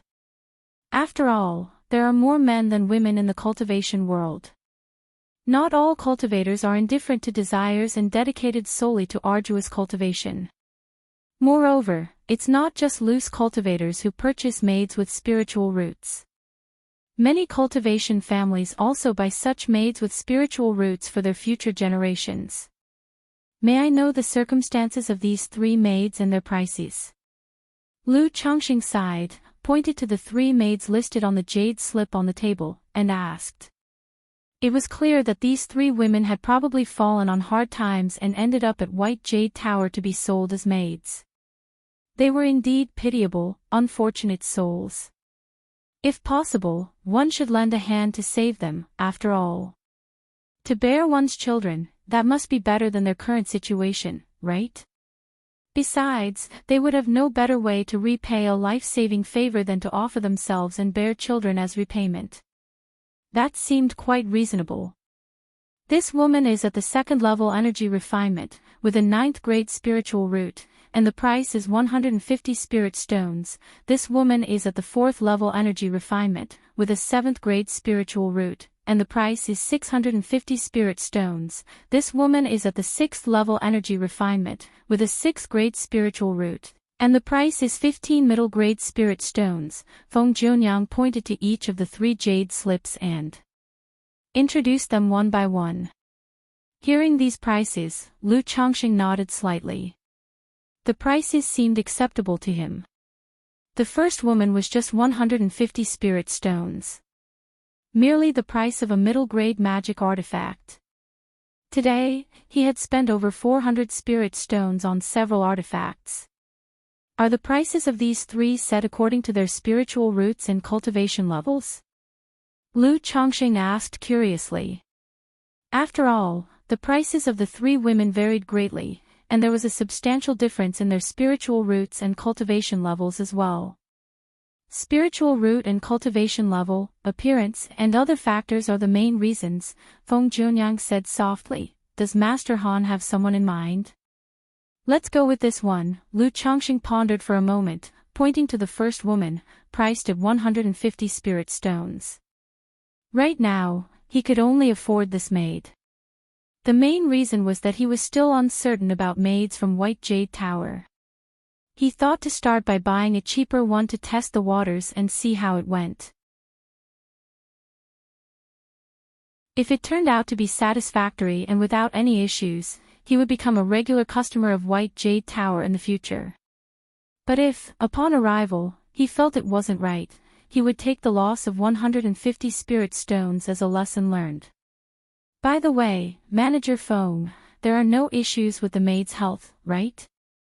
Like, any problems with fertility? Lu Changxing suddenly thought of something important and asked. His main purpose for buying a maid was to father children, so he naturally had to make sure of that detail. Upon hearing this, Feng Jianyang laughed coquettishly and said in an extremely charming manner, Master Han can rest assured on that account. If you decide to purchase, our White Jade Tower will provide you with all the information on the maid and ensure she undergoes a complete health examination to confirm there are no issues whatsoever. However, this woman is not currently in 9 Dragons Market, she's at another branch of our White Jade Tower. If Master Han is certain he wants her, a deposit is required first so that I can have her sent over, Feng Jianyang said as such. Fine, how much is the deposit? And how long will it take for her to be delivered? Having confirmed the purchase, Lu Changxing didn't dawdle or hesitate. The price for this maid is 150 spirit stones, with a deposit of 30 spirit stones. As for how long it will take to deliver her, I don't have an exact time and will need to give you a response later, young Master Han. However, the time will not exceed 1 month, no matter how long it takes. Feng Jianyang said with a smile. Okay, Lu Changxing took out 30 spirit stones. Then Feng Jianyang produced a spiritual contract and a set of information on the maid. Lu Changxing picked them up to examine. The contents of the spiritual contract were straightforward. Lu Changxing had paid a deposit of 30 spirit stones, and if he decided not to proceed with the purchase, the deposit would not be refunded. Moreover, White Jade Tower must deliver the person within a month, and if they were unable to do so, or if the person did not match the description provided, they would not only refund the spirit stones but also provide double the compensation. The information were the details regarding the maid Lu Changxing was purchasing. The woman's name was Xiao Yuyao, 19 years old, and belonged to an energy refining family. As her family had been destroyed, she had been sold to White Jade Tower. In terms of health, she was in perfect condition and still a virgin, without any issues. After reviewing the information, Lu Changxing signed the contract. If young Master Han resides in the 9 Dragons Market, you can tell me your address, so once the person is delivered, I can have someone notify you directly, Feng Zhonyang said, dividing the spiritual contract so that each had a copy and giving Lu Changxing a seductive smile. Okay, when she arrives, you can send someone to notify me at the Lu family's spiritual talisman shop in Qingzhou. Lu Changxing didn't hide his address. Firstly, as the reputation of White Jade Tower was quite good, he didn't need to worry about any potential issues, and it indeed made things much more convenient. Secondly, it was a way to show that he wasn't a loose cultivator and had the backing of the Qingzhou Lu family. Hearing Lu Changxing mention the Lu family's spiritual talisman shop in Qingzhou, Feng Zhonyang didn't show any change in expression. Her red lips curled into an enticing smile. All right, no problem. As soon as the maid is delivered, I will send someone to notify the young master at the Lu family's spiritual talisman shop in Qingzhou. Okay, in that case, I shall take my leave now. Lu Changxing put away the spiritual contract and rose to bid farewell. If young Master Han visits White Jade Tower in future, simply ask for me by letting the maids know, Feng Zhonyang said laughingly, her demeanor oozing allure. All right, Lu Changxing let out a long sigh of relief after exiting the White Jade Tower. He thought the manageress of White Jade Tower was quite the enchantress, with every movement she made filled with seduction. I wonder if the White Jade Tower sells its own people? A thought suddenly flashed through Lu Changxing's mind. With a grin and a shake of his head, he cast aside such whimsical thoughts and headed towards the spiritual talisman shop. A quarter of an hour later, upon returning to the spiritual talisman shop, Lu Changxing nodded slightly to a few employees and went straight to the third floor. Upon reaching the third floor, he saw Lu Miaoge, who was sitting by the window deeply engrossed in reading a book, with her long, beautiful hair falling loosely over her shoulders, and her white dress clinging to her body, revealing her graceful figure. Hearing some noise, she slightly turned her stunning profile towards Lu Changxing and gave a small nod. Changxing, you're back. Sister Miaoge, Lu Changxing smiled and nodded. The sight of Lu Miaoge reading reminded him of Feng Zhonyang from the White Jade Tower. When he had entered the room, Feng Zhonyang was also sitting by the window reading a book, but the two had completely different reading demeanors and styles. Just as Lu Changxing sat down, Lu Miaoge suddenly furrowed her delicate brows, gazing at him as she sniffed lightly.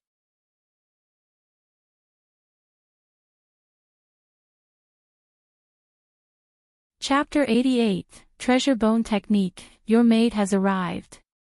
_1 Lu Changxing noticed Lu Miaoge's subtle actions. He too sniffed gently. Immediately, he detected a faint scent of sandalwood and a woman's fragrance on himself. It was left behind in the White Jade Tower while discussing matters with Feng Zhonyang. Miss wouldn't think that I went to visit a brothel, right?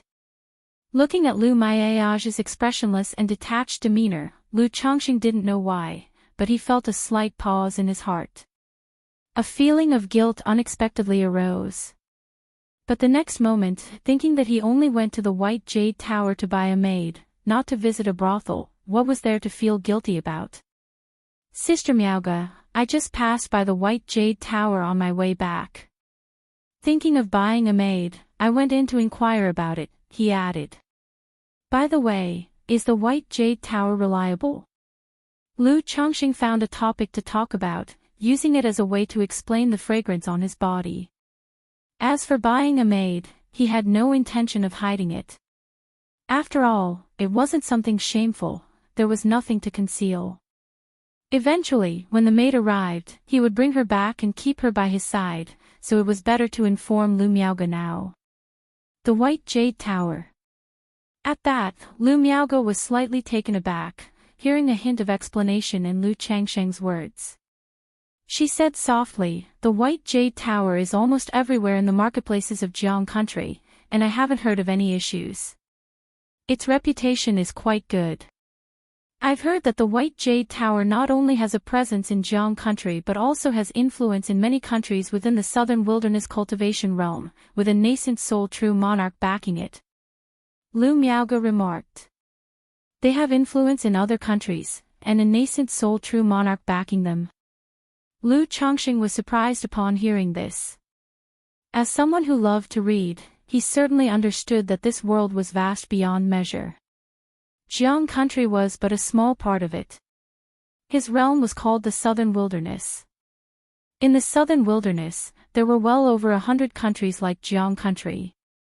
Jiang country had only one nascent sole true monarch to guard it, ranking it as average among these countries. However, the White Jade Tower's ability to establish itself in multiple countries was certainly no small feat. Most likely, there wasn't just one nascent sole true monarch behind it. Indeed, one wouldn't dare to conduct such business without some strength. Chongqing, for us cultivators, our cultivation level is fundamental, she stated. Although your spiritual root talent is average, you have an exceptional talent in the talisman path. If you can become a second-grade talisman master, there might be hope for you to achieve foundation establishment in the future, Lu Miaoge spoke softly. Through prolonged contact, she could tell that Lu Chongqing was not the type to be merely indulged in the pleasures of women. He was very ambitious. His marrying and taking concubines was due to his poor spiritual root, knowing that the path of immortality was out of reach. Hence, through his family, he sought to continue his pursuit of immortality through his lineage. Sister Miaoge, I understand, Lu Chongqing sincerely acknowledged, knowing that Lu Miaoge meant well, and he wouldn't refute her words. After all, what Lu Miaoge said was true. In the cultivation world, only one's cultivation level and strength were fundamental. Family heritage, lineage, leaving a mark in history, none of those mattered as much as one's own cultivation and strength, one's own longevity and becoming a legend. I take wives and concubines and sire children, all for the sake to become an immortal, to pursue longevity and become a legend in history. Lu Changsheng's eyes glittered with depth and determination. Seeing the firmness in Lu Changsheng's eyes, Lu Miaoge thought he was taking her words to heart. She couldn't help but reveal a faint smile. She had a rather favorable impression of Lu Chongqing. A young man from a secular farming household, with only a 9th-grade spiritual root, rejected by the immortal sects, sought to pursue immortality by joining the Lu family as a son-in-law. Yet, he rose step by step through the talisman path, reaching this point with the status of a son-in-law. To her, that achievement had outdone many others. After chatting for a while, Lu Chongqing headed to the resting room. By now, this third-floor resting room had become his own room. Inside the resting room, Lu Chongqing took out the magical treasure fragment he had purchased at the marketplace. I wonder if this thing really is a fragment of a magical treasure, he thought. If it is, then I've struck it rich.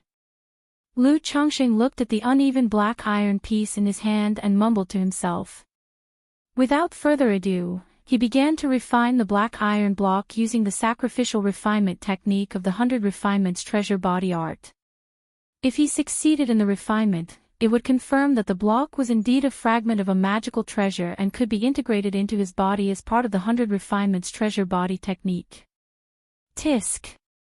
As Lu Changsheng's mental spirit surged with spiritual power, like an invisible flame, he started refining the black iron block before him.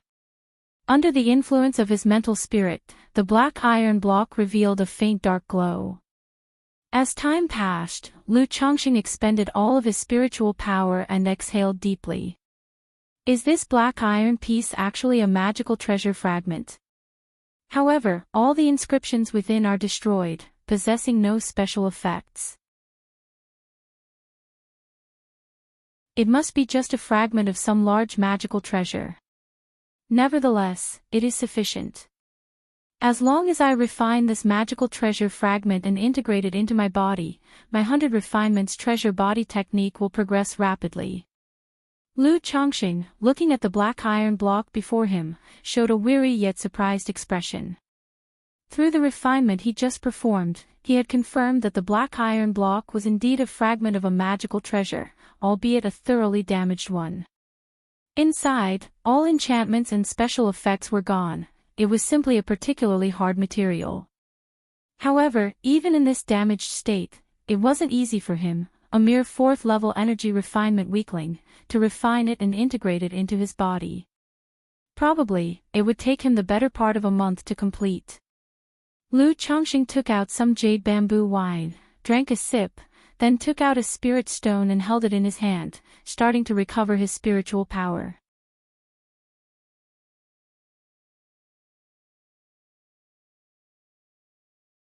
Chapter 89, Treasure Bone Technique, Your maid has been delivered. Just like that, after cultivating until evening, Lu Miaoge knocked on the door, and then he left the room. He left the spiritual talisman shop with Lu Miaoge and returned to the eastern district, to the Lu family courtyard. In the following days, Lu Changxing devoted his time to talisman making, cultivation, and refining the black iron chunk. He moved back and forth between the Lu family courtyard and the spiritual talisman shop. Whenever there was an issue in the shop that required the owner's intervention, Lu Miaoge would tell Lu Changxing how to handle it and let him take care of it. During this period, Lu Miaoqing also came to find Lu Changxing several times. He invited him to read or to enjoy some tea. But Lu Changxing declined every time. One reason was that Lu Miaoge had told him to avoid associating too much with Lu Miaoqing, so he kept his distance. Another was that he felt somewhat averse to this kind of place deep down. Why not buy a few maids or take a few concubines, isn't that nice? In the blink of an eye, half a month had passed. At the 9 Dragons Marketplace, on the 3rd floor of the spiritual talisman shop. Inside the resting room, Lu Changxing looked at the black iron chunk floating before him, showing a delighted expression in his eyes. After his half-month-long refining, this magical treasure fragment was finally fully refined by him and could be condensed into his body. Condense. Lu Changxing spread open his chest, revealing his muscles marked with flowing lines. Then he formed a spell with his hands and pointed toward the black iron chunk. The black iron chunk slowly entered his chest, integrating bit by bit with it. The 100 Refinements Treasure Body Art could refine the body into an unrivaled magical treasure in one go, or it could be trained gradually, part by part. Therefore, the method of refining with the aid of magical treasures could also be applied to different parts of the body. In the method of condensation, there are 7 parts in the human body where magical treasures can be condensed into. These parts are the skull, sternum, spine, and limbs, a total of 7 parts. Among them, the limbs pertain to the individual refinement of each part. The sternum, spine, and skull can affect the entire body. However, condensing into these 3 parts is much more dangerous. Especially the skull, which involves the brain, is extremely perilous, and a single misstep could result in self-injury. Luckily, having mastered the 100 Refinements Treasure Body Art completely, Lu Changxing had a fair amount of confidence in condensing into his sternum. After some time, the black iron chunk fully entered Lu Changxing's chest and was condensed into his sternum. On his chest, one could faintly make out the uneven pattern of the black iron chunk. So ugly. Lu Changxing looked at the pattern on his chest, resembling a birthmark tattoo, and pursed his lips in distaste. But ugliness aside, for the sake of cultivation, it's a small price to pay. With the assistance of this magical treasure fragment, I estimate that at most half a year, no, with my own daily cultivation, within 3 to 4 months, I could master the 100 Refinements Treasure Body Art. Lu Changxing quietly felt the effects brought about by the magical treasure fragment. Now, the 100 Refinements Treasure Body Art, like the Immortal Beauty technique after foundation establishment with the 5 elements spiritual materials, was able to cultivate automatically, nourishing the whole body. This magical treasure fragment won't support my cultivation for too long, at most only for 1 year. But 1 year is enough, perhaps by that time, I'll draw a magical treasure through the system. With a magical treasure, if I can condense it into my body for cultivation, my 100 Refinements Treasure Body Art will truly progress at a rapid pace. Lu Changxing's eyes flickered as he murmured to himself. After making initial progress with the 100 Refinements Treasure Body Art, I can also start to cultivate the Baogu method.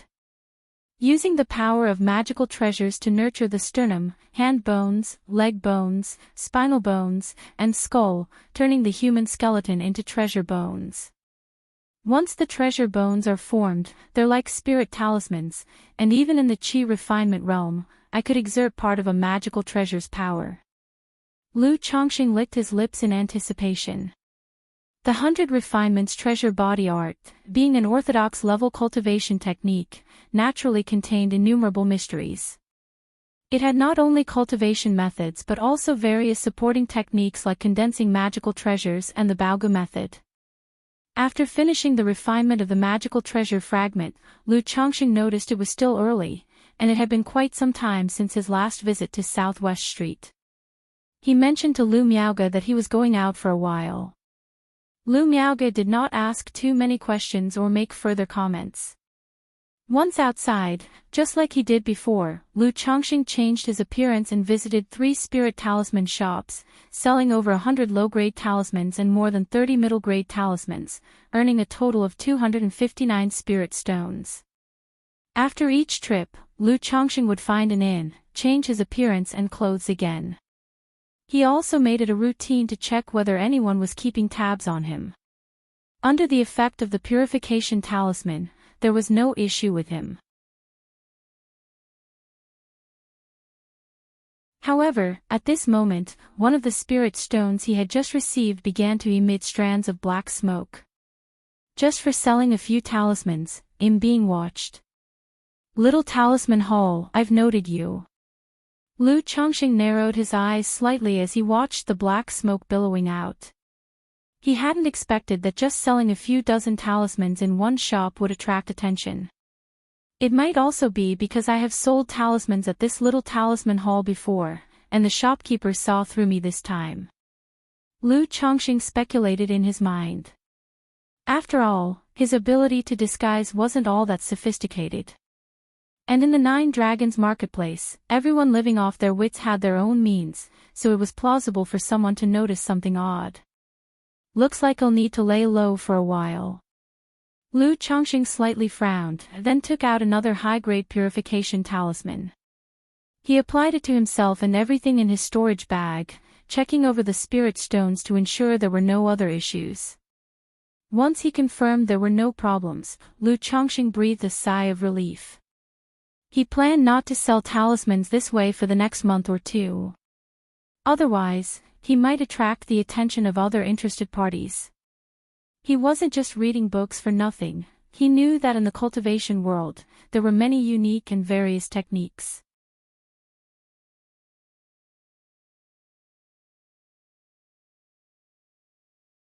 Chapter 90, Treasure Bone Technique, Your Maid Has Arrived. Even mystical beasts capable of sniffing out spirit stones, spiritual medicines, treasures, and the like exist, as well as secret techniques to do the same. Therefore, sometimes without any rhyme or reason, one might inexplicably become the target of someone else's interest.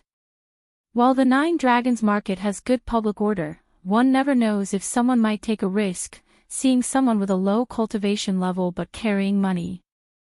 After changing his appearance, Lu Chongqing switched inns twice more before reverting to his true form and returning to the spiritual talisman shop. He then took a middle-grade magic artifact pen from the spiritual talisman shop at the cost price of 139 spirit stones. He also bought 2 stacks of supreme-grade talisman paper and 2 portions of supreme-grade spirit ink, one each of fine quality and high quality. He prepared them for drawing superior-grade talismans. To this, Zhang Shan did not say much. After all, it is perfectly normal for the shop's owner to get items at cost price. Lu Miaoge, seeing Lu Changsheng's purchase of a middle-grade magic artifact pen, didn't ask many questions. As a talisman master, buying a better quality pen is quite the norm, isn't it? She did mention to Lu Chongqing that he didn't need supreme-grade talisman paper or spirit ink at the moment. Using supreme-grade materials to draw middle-grade talismans would be too wasteful. Lu Chongqing responded that he just bought them to try them out and see what the difference was compared to high-level papers. In his heart, however, he couldn't help but think that he might need to buy his talisman paper and spirit ink elsewhere in the future. As night fell, Lu Chongqing finished his work for the day with Lu Miaoge and returned to the Lu family's large courtyard in the eastern district. Lu Chongqing had been wondering whether being seen together with Lu Miaoge every day might cause her admirers or secret admirers to take notice and start trouble for him. It turned out he was overthinking things. In the last half-month, although quite a few young men approached Lu Miaoge to strike up a conversation or even came to the shop to look for her, they all behaved with a certain level of decorum. Moreover, once they learned of his identity, they did not see him as a rival, they refrained from mocking and were in fact very polite. Upon returning to the courtyard, he encountered the second young lady. Faced with Lu Chongqing, she gave a cold snort and looked at him with a chilly disdain. To this, Lu Chongqing merely smiled wryly, finding the second young lady's behavior rather endearing. He thought to himself that one day, he would give her enough reasons to grumble. After a simple dinner, Lu Chongqing returned to his room. On the way, he ran into Lu Miaoqing, who was staggering and rubbing his waist. The latter clapped him on the shoulder and said, "Chongqing, you were right.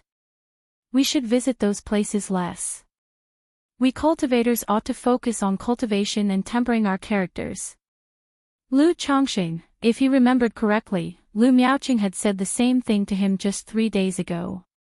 It had only been a few days. So much for being a saint after the deed, all that resolve flies out the window as soon as the trousers are pulled up.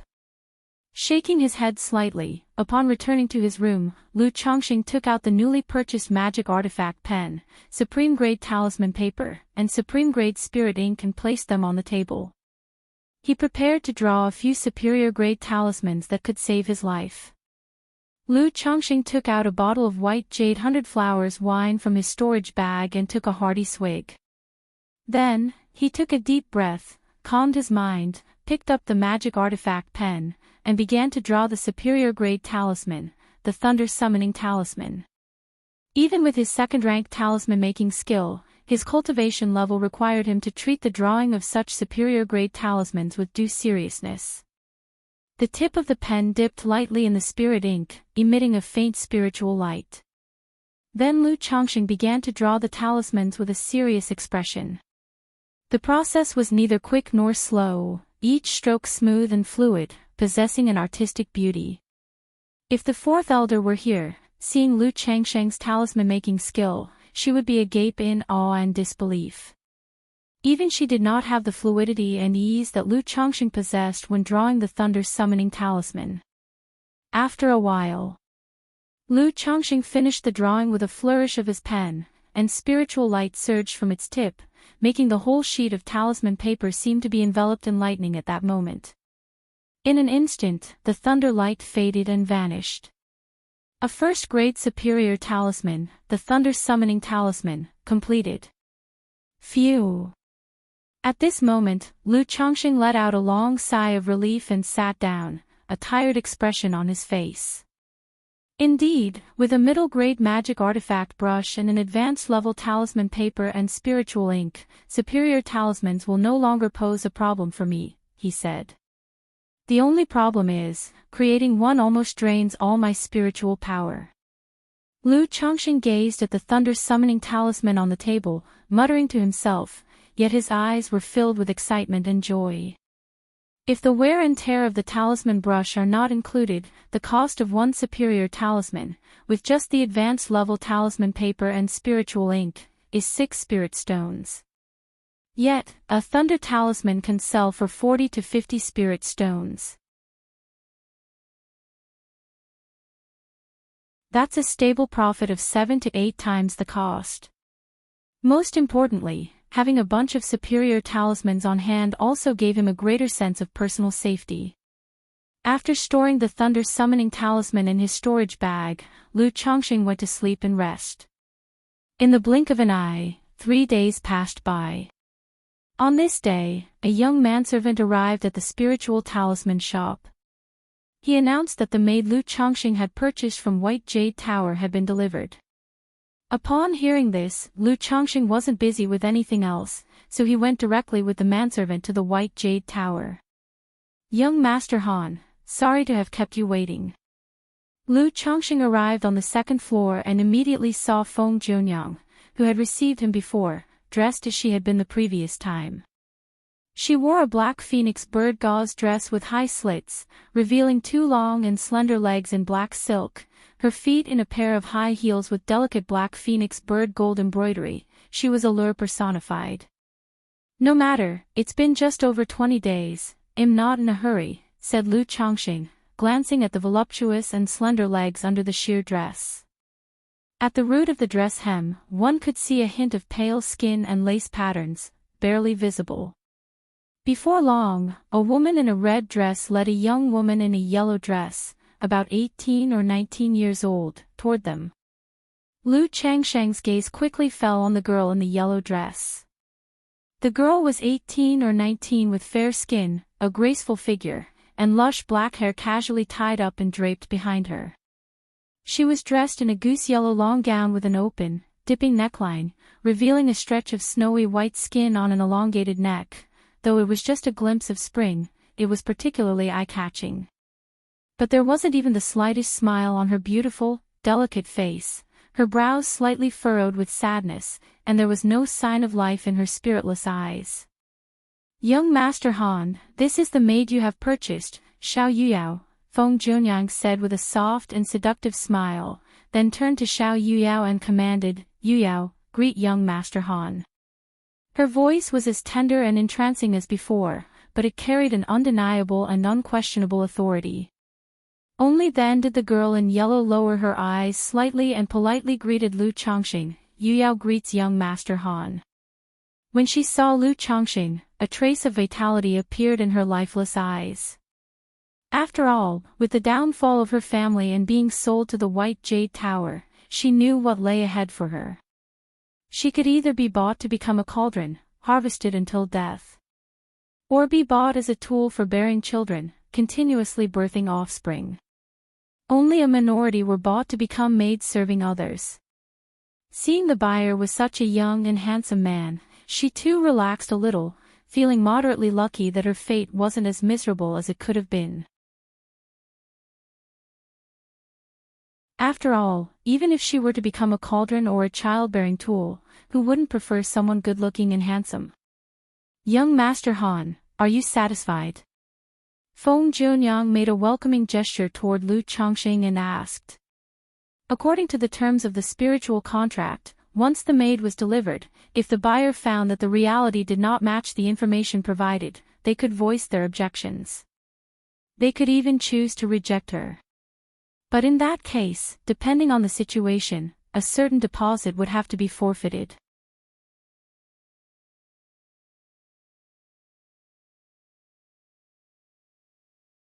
Chapter 91, From now on, you're my half-brother from another father and mother.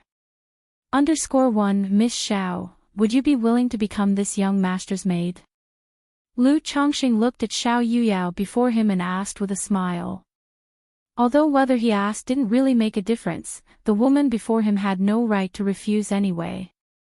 But it could be hypocrisy, or perhaps a flexible moral bottom line, so he still posed the question. After all, he, Lu, never coerced anyone against their will. Xiao Yuyao appeared slightly taken aback. Then, looking at Lu Changxing, she squeezed out a bit of a smile and said, I am willing to serve as the young master's maid. Good, Manager Feng, I'm quite satisfied with her. Hearing this, Lu Changxing didn't say much more and nodded towards Feng Jianyang. In his view, with her figure and the presence of a spiritual root, 150 spirit stones was not expensive at all, quite a bargain indeed. Just bearing him a few children with spiritual roots would mean he had struck gold. Immediately afterwards, Feng Jianyang waved her hand, signaling the girl in the red dress to take Xiao Yuyao out. To complete the subsequent transaction with Lu Changxing. After Lu Changxing had paid the remaining spirit stones, he was also given a spiritual contract. It was Xiao Yuyao's deed of servitude. But this spiritual contract was much more authoritative, able to decide Xiao Yuyo's life and death. And for the next 3 years, should any issues arise with Xiao Yuyao or she brought about any karmic troubles, Lu Chongqing could bring this spiritual contract to White Jade Tower and have them handle it. Young Master Han, please take care. If you need anything in the future, feel free to visit us often. Feng Junyang warmly saw Lu Chongqing and Xiao Yuyao off the premises of White Jade Tower. As a manager at the White Jade Tower, she could tell from Lu Changsheng's clothing, appearance, and demeanor that he was a highly potential major client. Otherwise, for such a small transaction, she wouldn't have been so courteous. Okay. So, Lu Chongqing, taking Xiao Yuyao with him, first returned to the spiritual talisman shop. It was high noon, and Zhang Shan's wife, along with their child, came to the spiritual talisman shop delivering food in a lunch box. Seeing a beautiful woman with a meek appearance following behind Lu Chongqing, Zhang Shan couldn't help but show a hint of envy. Upon reaching the 3rd floor, Lu Miaoge saw Xiao Yuyao and simply asked if this was the maid Lu Chongqing had purchased from White Jade Tower. Lu Chongqing nodded and briefly explained Xiao Yuyo's situation. Lu Miaoge didn't say much upon hearing this. She was even more aware than Lu Chongqing of the cruelty faced by the lower ranks within the cultivation world. Every day, countless tales unfolded of bones buried in the wilderness, families destroyed and scattered. If one were to sympathize with every such case, it would be overwhelming. In her eyes, it was fortunate for this woman to become Lu Changsheng's maid.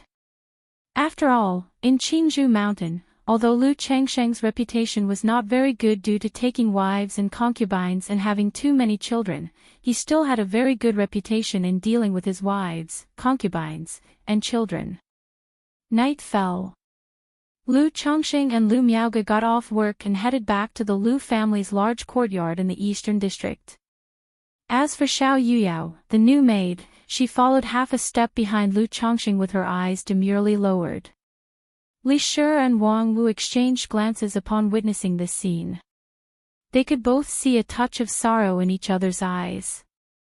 Although they aspired to dedicate themselves to Lu Chongqing, they understood. A man like Lu Chongqing was never short of women. The few in the Lu family's courtyard didn't make any remark about Lu Chongqing bringing home a woman.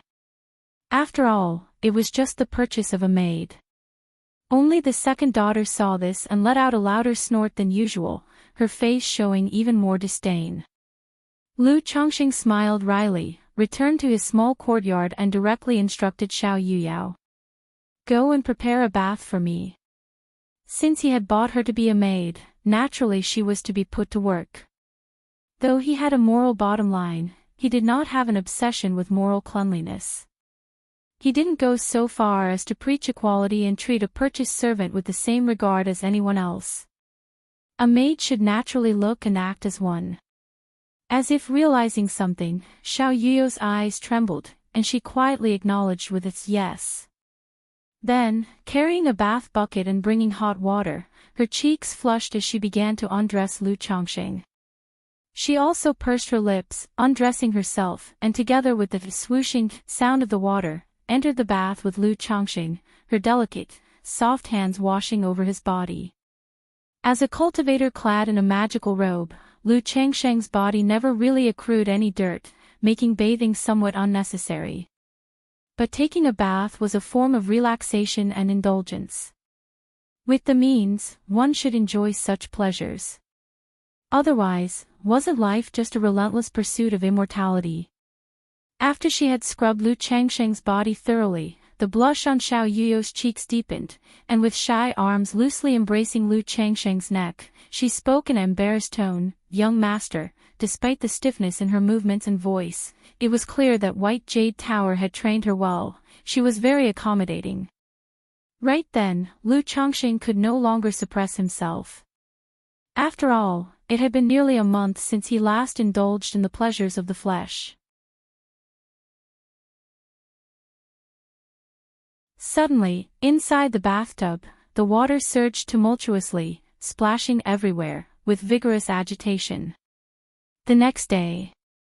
Indeed, It said that solitude yields no life, and singularity brings no growth. The harmony of yin and yang is essential.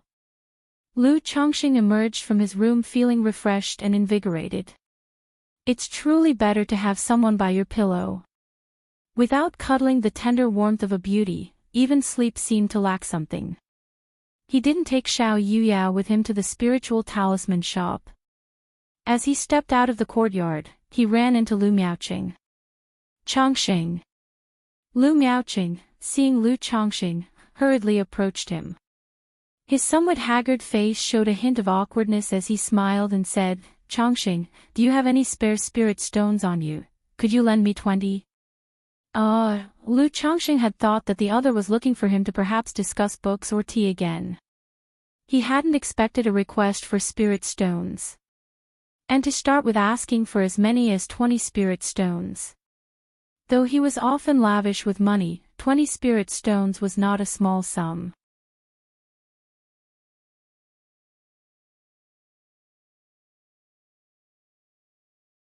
Chapter 92. From now on, you are my half-brother from another father and mother.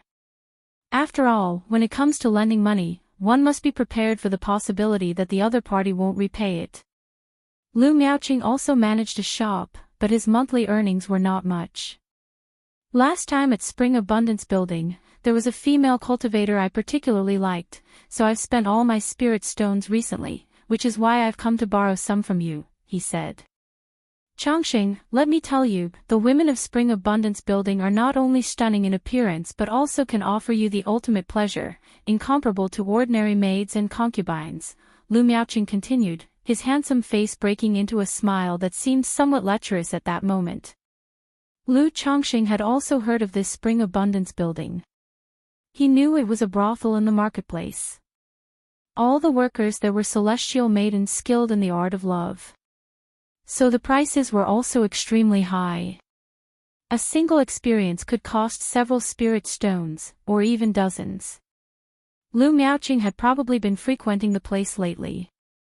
It was normal for him to have spent all his spirit stones. After all, such places were truly gold sinks. No matter how many spirit stones you had, they wouldn't last if you went there every day. Cousin, I've almost spent all my spirit stones these days. And I've just bought a maid, so I don't have many left, Lu Chongqing said with a look of difficulty, and then took out 20 spirit stones. He was, after all, a member of a prominent family. There were frequent interactions where they would see each other. These past days, he had received many greetings from him. Although it was always invitations to read or appreciate tea, there was a certain camaraderie, so it was difficult to outright refuse. If the other party really didn't repay, then he would consider the 20 spirit stones as lost to the water. Good brother, thank you. I will repay you once I have spirit stones, and then I'll take you to experience Spring Abundance Building properly. Lu Miaoqing said, smiling as he took the spirit stones and then turned and left. Sigh, watching Lu Miaoqing's departing figure, Lu Chongqing shook his head. This cousin, despite being a Qi refinement 5th layer cultivator, has come to borrow spirit stones from me because of his frequent visits to the brothel that have left him haggard. Places like that, better to avoid them if possible. With that money, wouldn't it be better to take a few concubines or buy some maids? Doesn't that sound nice? No, that's not right, am I, Lu, someone who lusts for pleasure and brief romantic encounters? Even if I take wives and concubines, it's for the great Tao, for long life and clear sight. Lu Chongqing mused to himself, his eyes bright with determination, and his posture a bit more erect. Shortly afterward, he strode upright, accompanied by Lu Miaoge, to work. Arriving at the spiritual talisman shop, Lu Chongqing proceeded as usual to draft a few middle-grade talismans. He had come to Nine Dragons Market to manage the shop, but the monthly tasks given by the Lu family for drawing talismans were still ongoing and needed to be completed on time. However, Lu Chongqing didn't want to give up on this task himself either. After all, not only did he earn spirit stones from it, but he also got to keep all the extra materials for himself. a lucrative deal. At noon, Lu Chongqing invited Lu Miaoge to eat at Jade Meal Hall.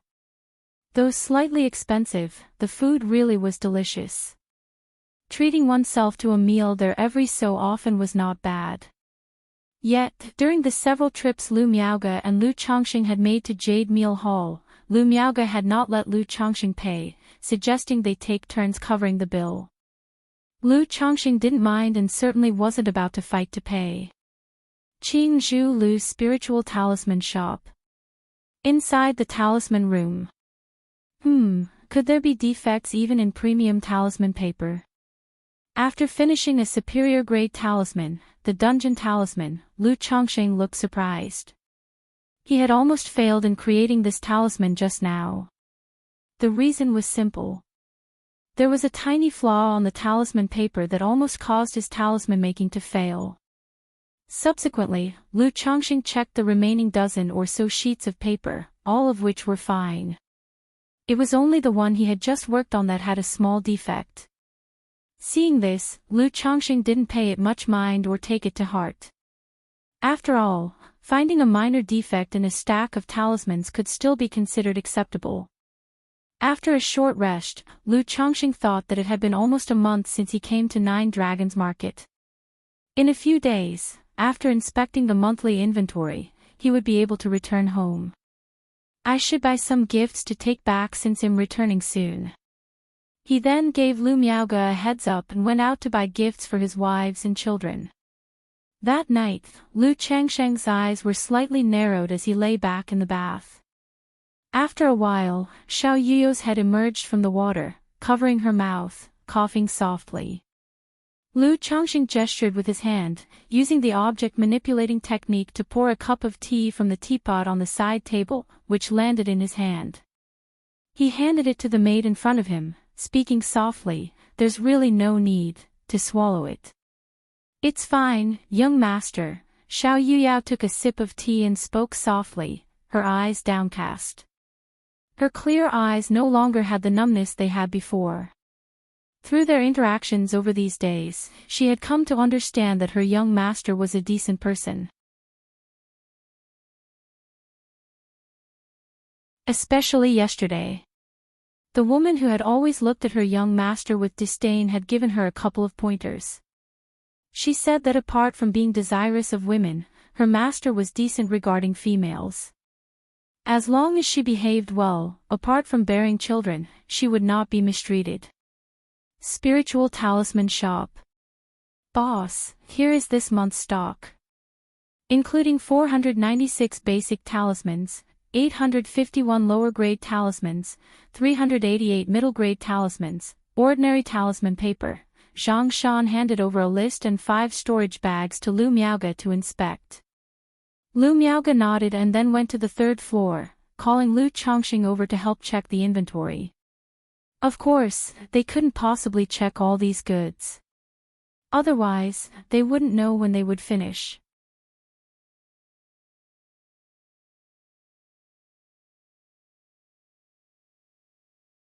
Chapter 93. From now on, you are my half-brother from another father and mother.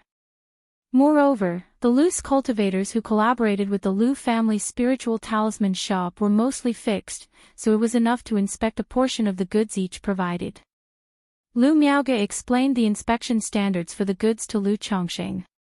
For instance, with talisman inspections, first and foremost, the quality of the talisman paper couldn't be too poor. Then, the sketched talisman line should flow smoothly at first glance, without any bumps or scrapes, and finally, the spiritual power within should circulate unimpeded. Talismans could be used as soon as they were made. However, there would be a 10 to 20% difference in effectiveness due to the quality of materials, the lines, and the spiritual power. Previously, when Lu Chongqing brought his talismans to the spiritual talisman shop to sell, it was because their quality was very good, which is why the sales went so smoothly.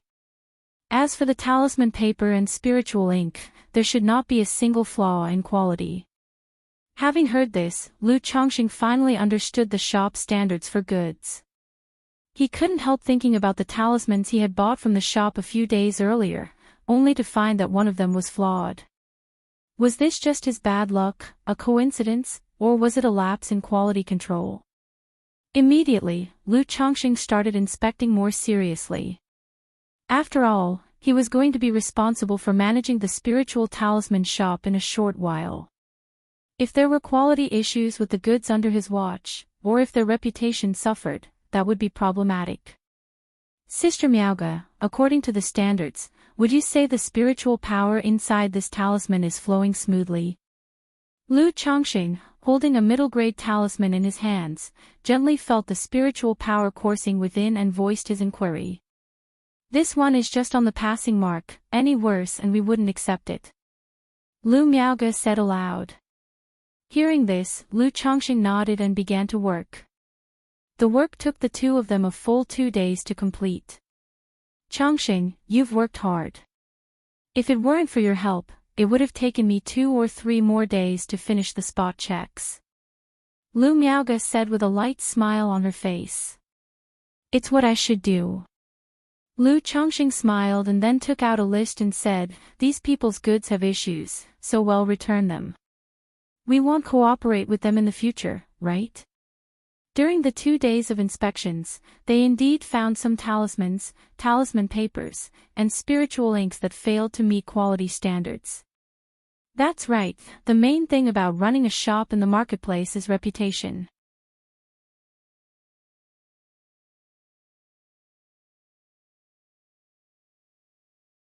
If I hadn't spoken up this time, they would have directly terminated the partnership.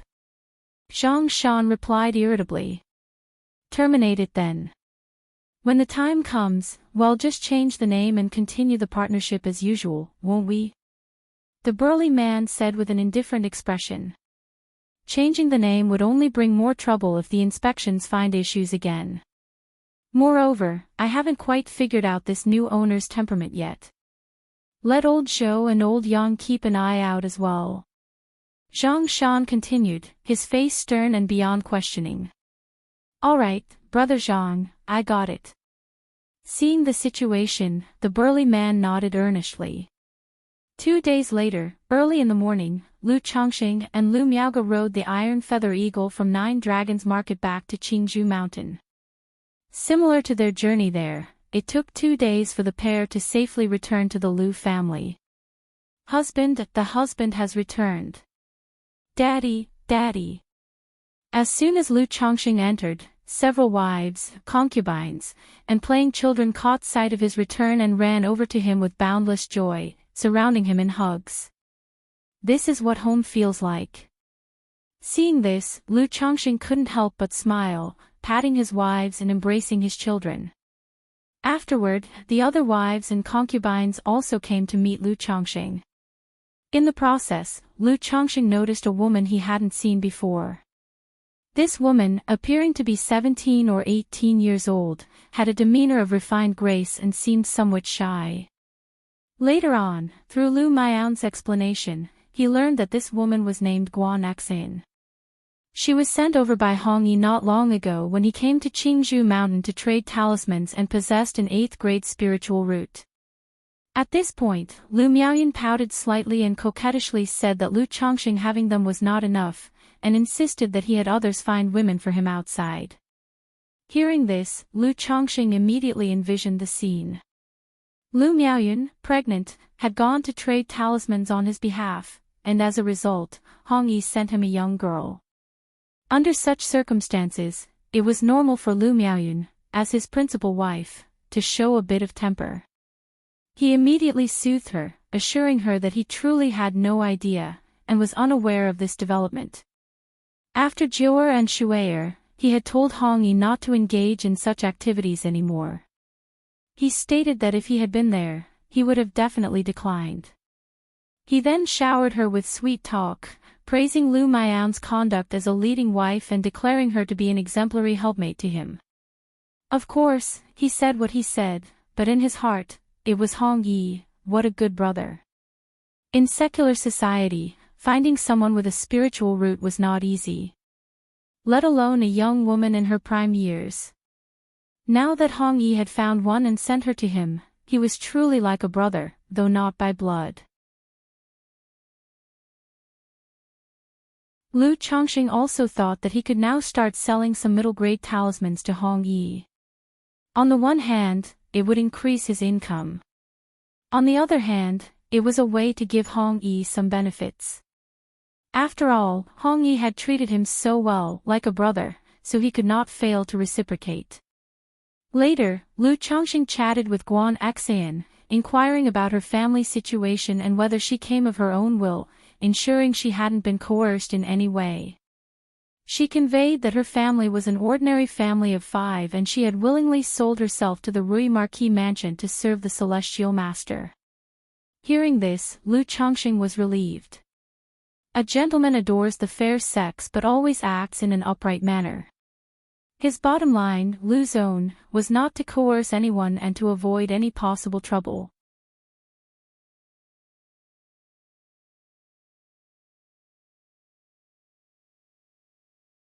Chapter 94, Alright, I was wrong, okay.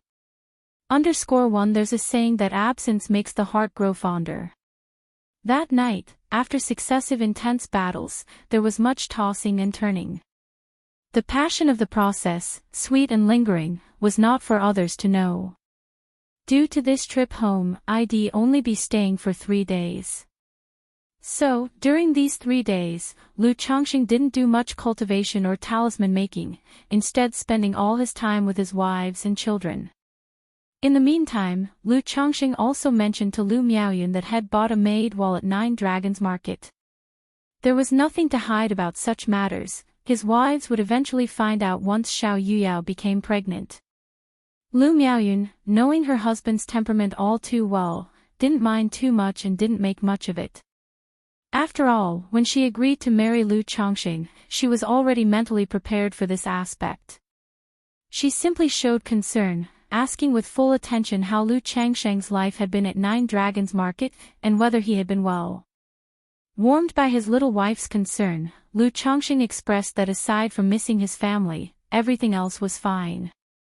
Later, Lu Chongqing also went to visit the 4th elder and received guidance on talisman making. During this, the 4th elder also showed concern and inquired about his adaptation to life in 9 Dragons Market. Lu Chongqing naturally said there were no problems. Then on the way back, he stopped by the 5th elder's place and bought a batch of spiritual wine. Thus, the 3 days passed in the blink of an eye. Lu Chongqing and Lu Miaogo were ready to start their journey back to 9 Dragons Market. His 25th child was about to be born in the coming days. But Lu Chongqing didn't wait at home for the birth of the child before leaving. This situation would arise again in the future, and he couldn't always be by their side. Everything has its first time. On the journey back to 9 Dragons Market, Lu Changsheng's iron feather eagle was joined by a maid named Xiao Qing. Taking Xiao Qing to 9 Dragons Market was partly because Lu Miaoyun had mentioned it earlier, asking him to bring Xiao Qing over. Moreover, having babies couldn't be halted, and Xiao Yuyao alone was not enough by his side. If not for the inconvenience of the iron feather eagle carrying too many people, Lu Chongqing would have also liked to bring Guan Xan to 9 Dragons Market. However, he wasn't in a hurry, as it would be the same if he brought her over the next month. Because he brought Xiao Qing, the journey took half a day longer than before.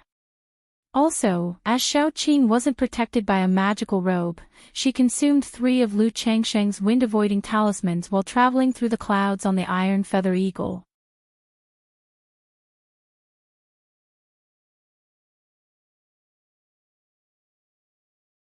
Lu Miaohuan became increasingly agitated upon seeing Lu Changsheng's demeanor. An inexplicable fury surged within her, making her feel extremely annoyed. As Lu Chongqing observed her posture and temperament, he was reminded that the second miss was spoiled with a temperamental nature. Concepts such as interpersonal relations and social graces were non-existent in her. Not wanting to argue or fight with her, he turned around, bowed slightly, and earnestly said, "All right, it's my fault. I sincerely apologize to Second Mississippi. Please forgive me." Seeing Lu Changsheng's earnest apology, Lu Miaohuan's puffed cheeks deflated, her lips pursed, and with a huff, she walked away with high heels clicking, the epitome of a cold and noble beauty. You're tuning into the Path of the True Immortal YouTube channel. Don't forget to subscribe and join us on this journey to catch the most captivating stories.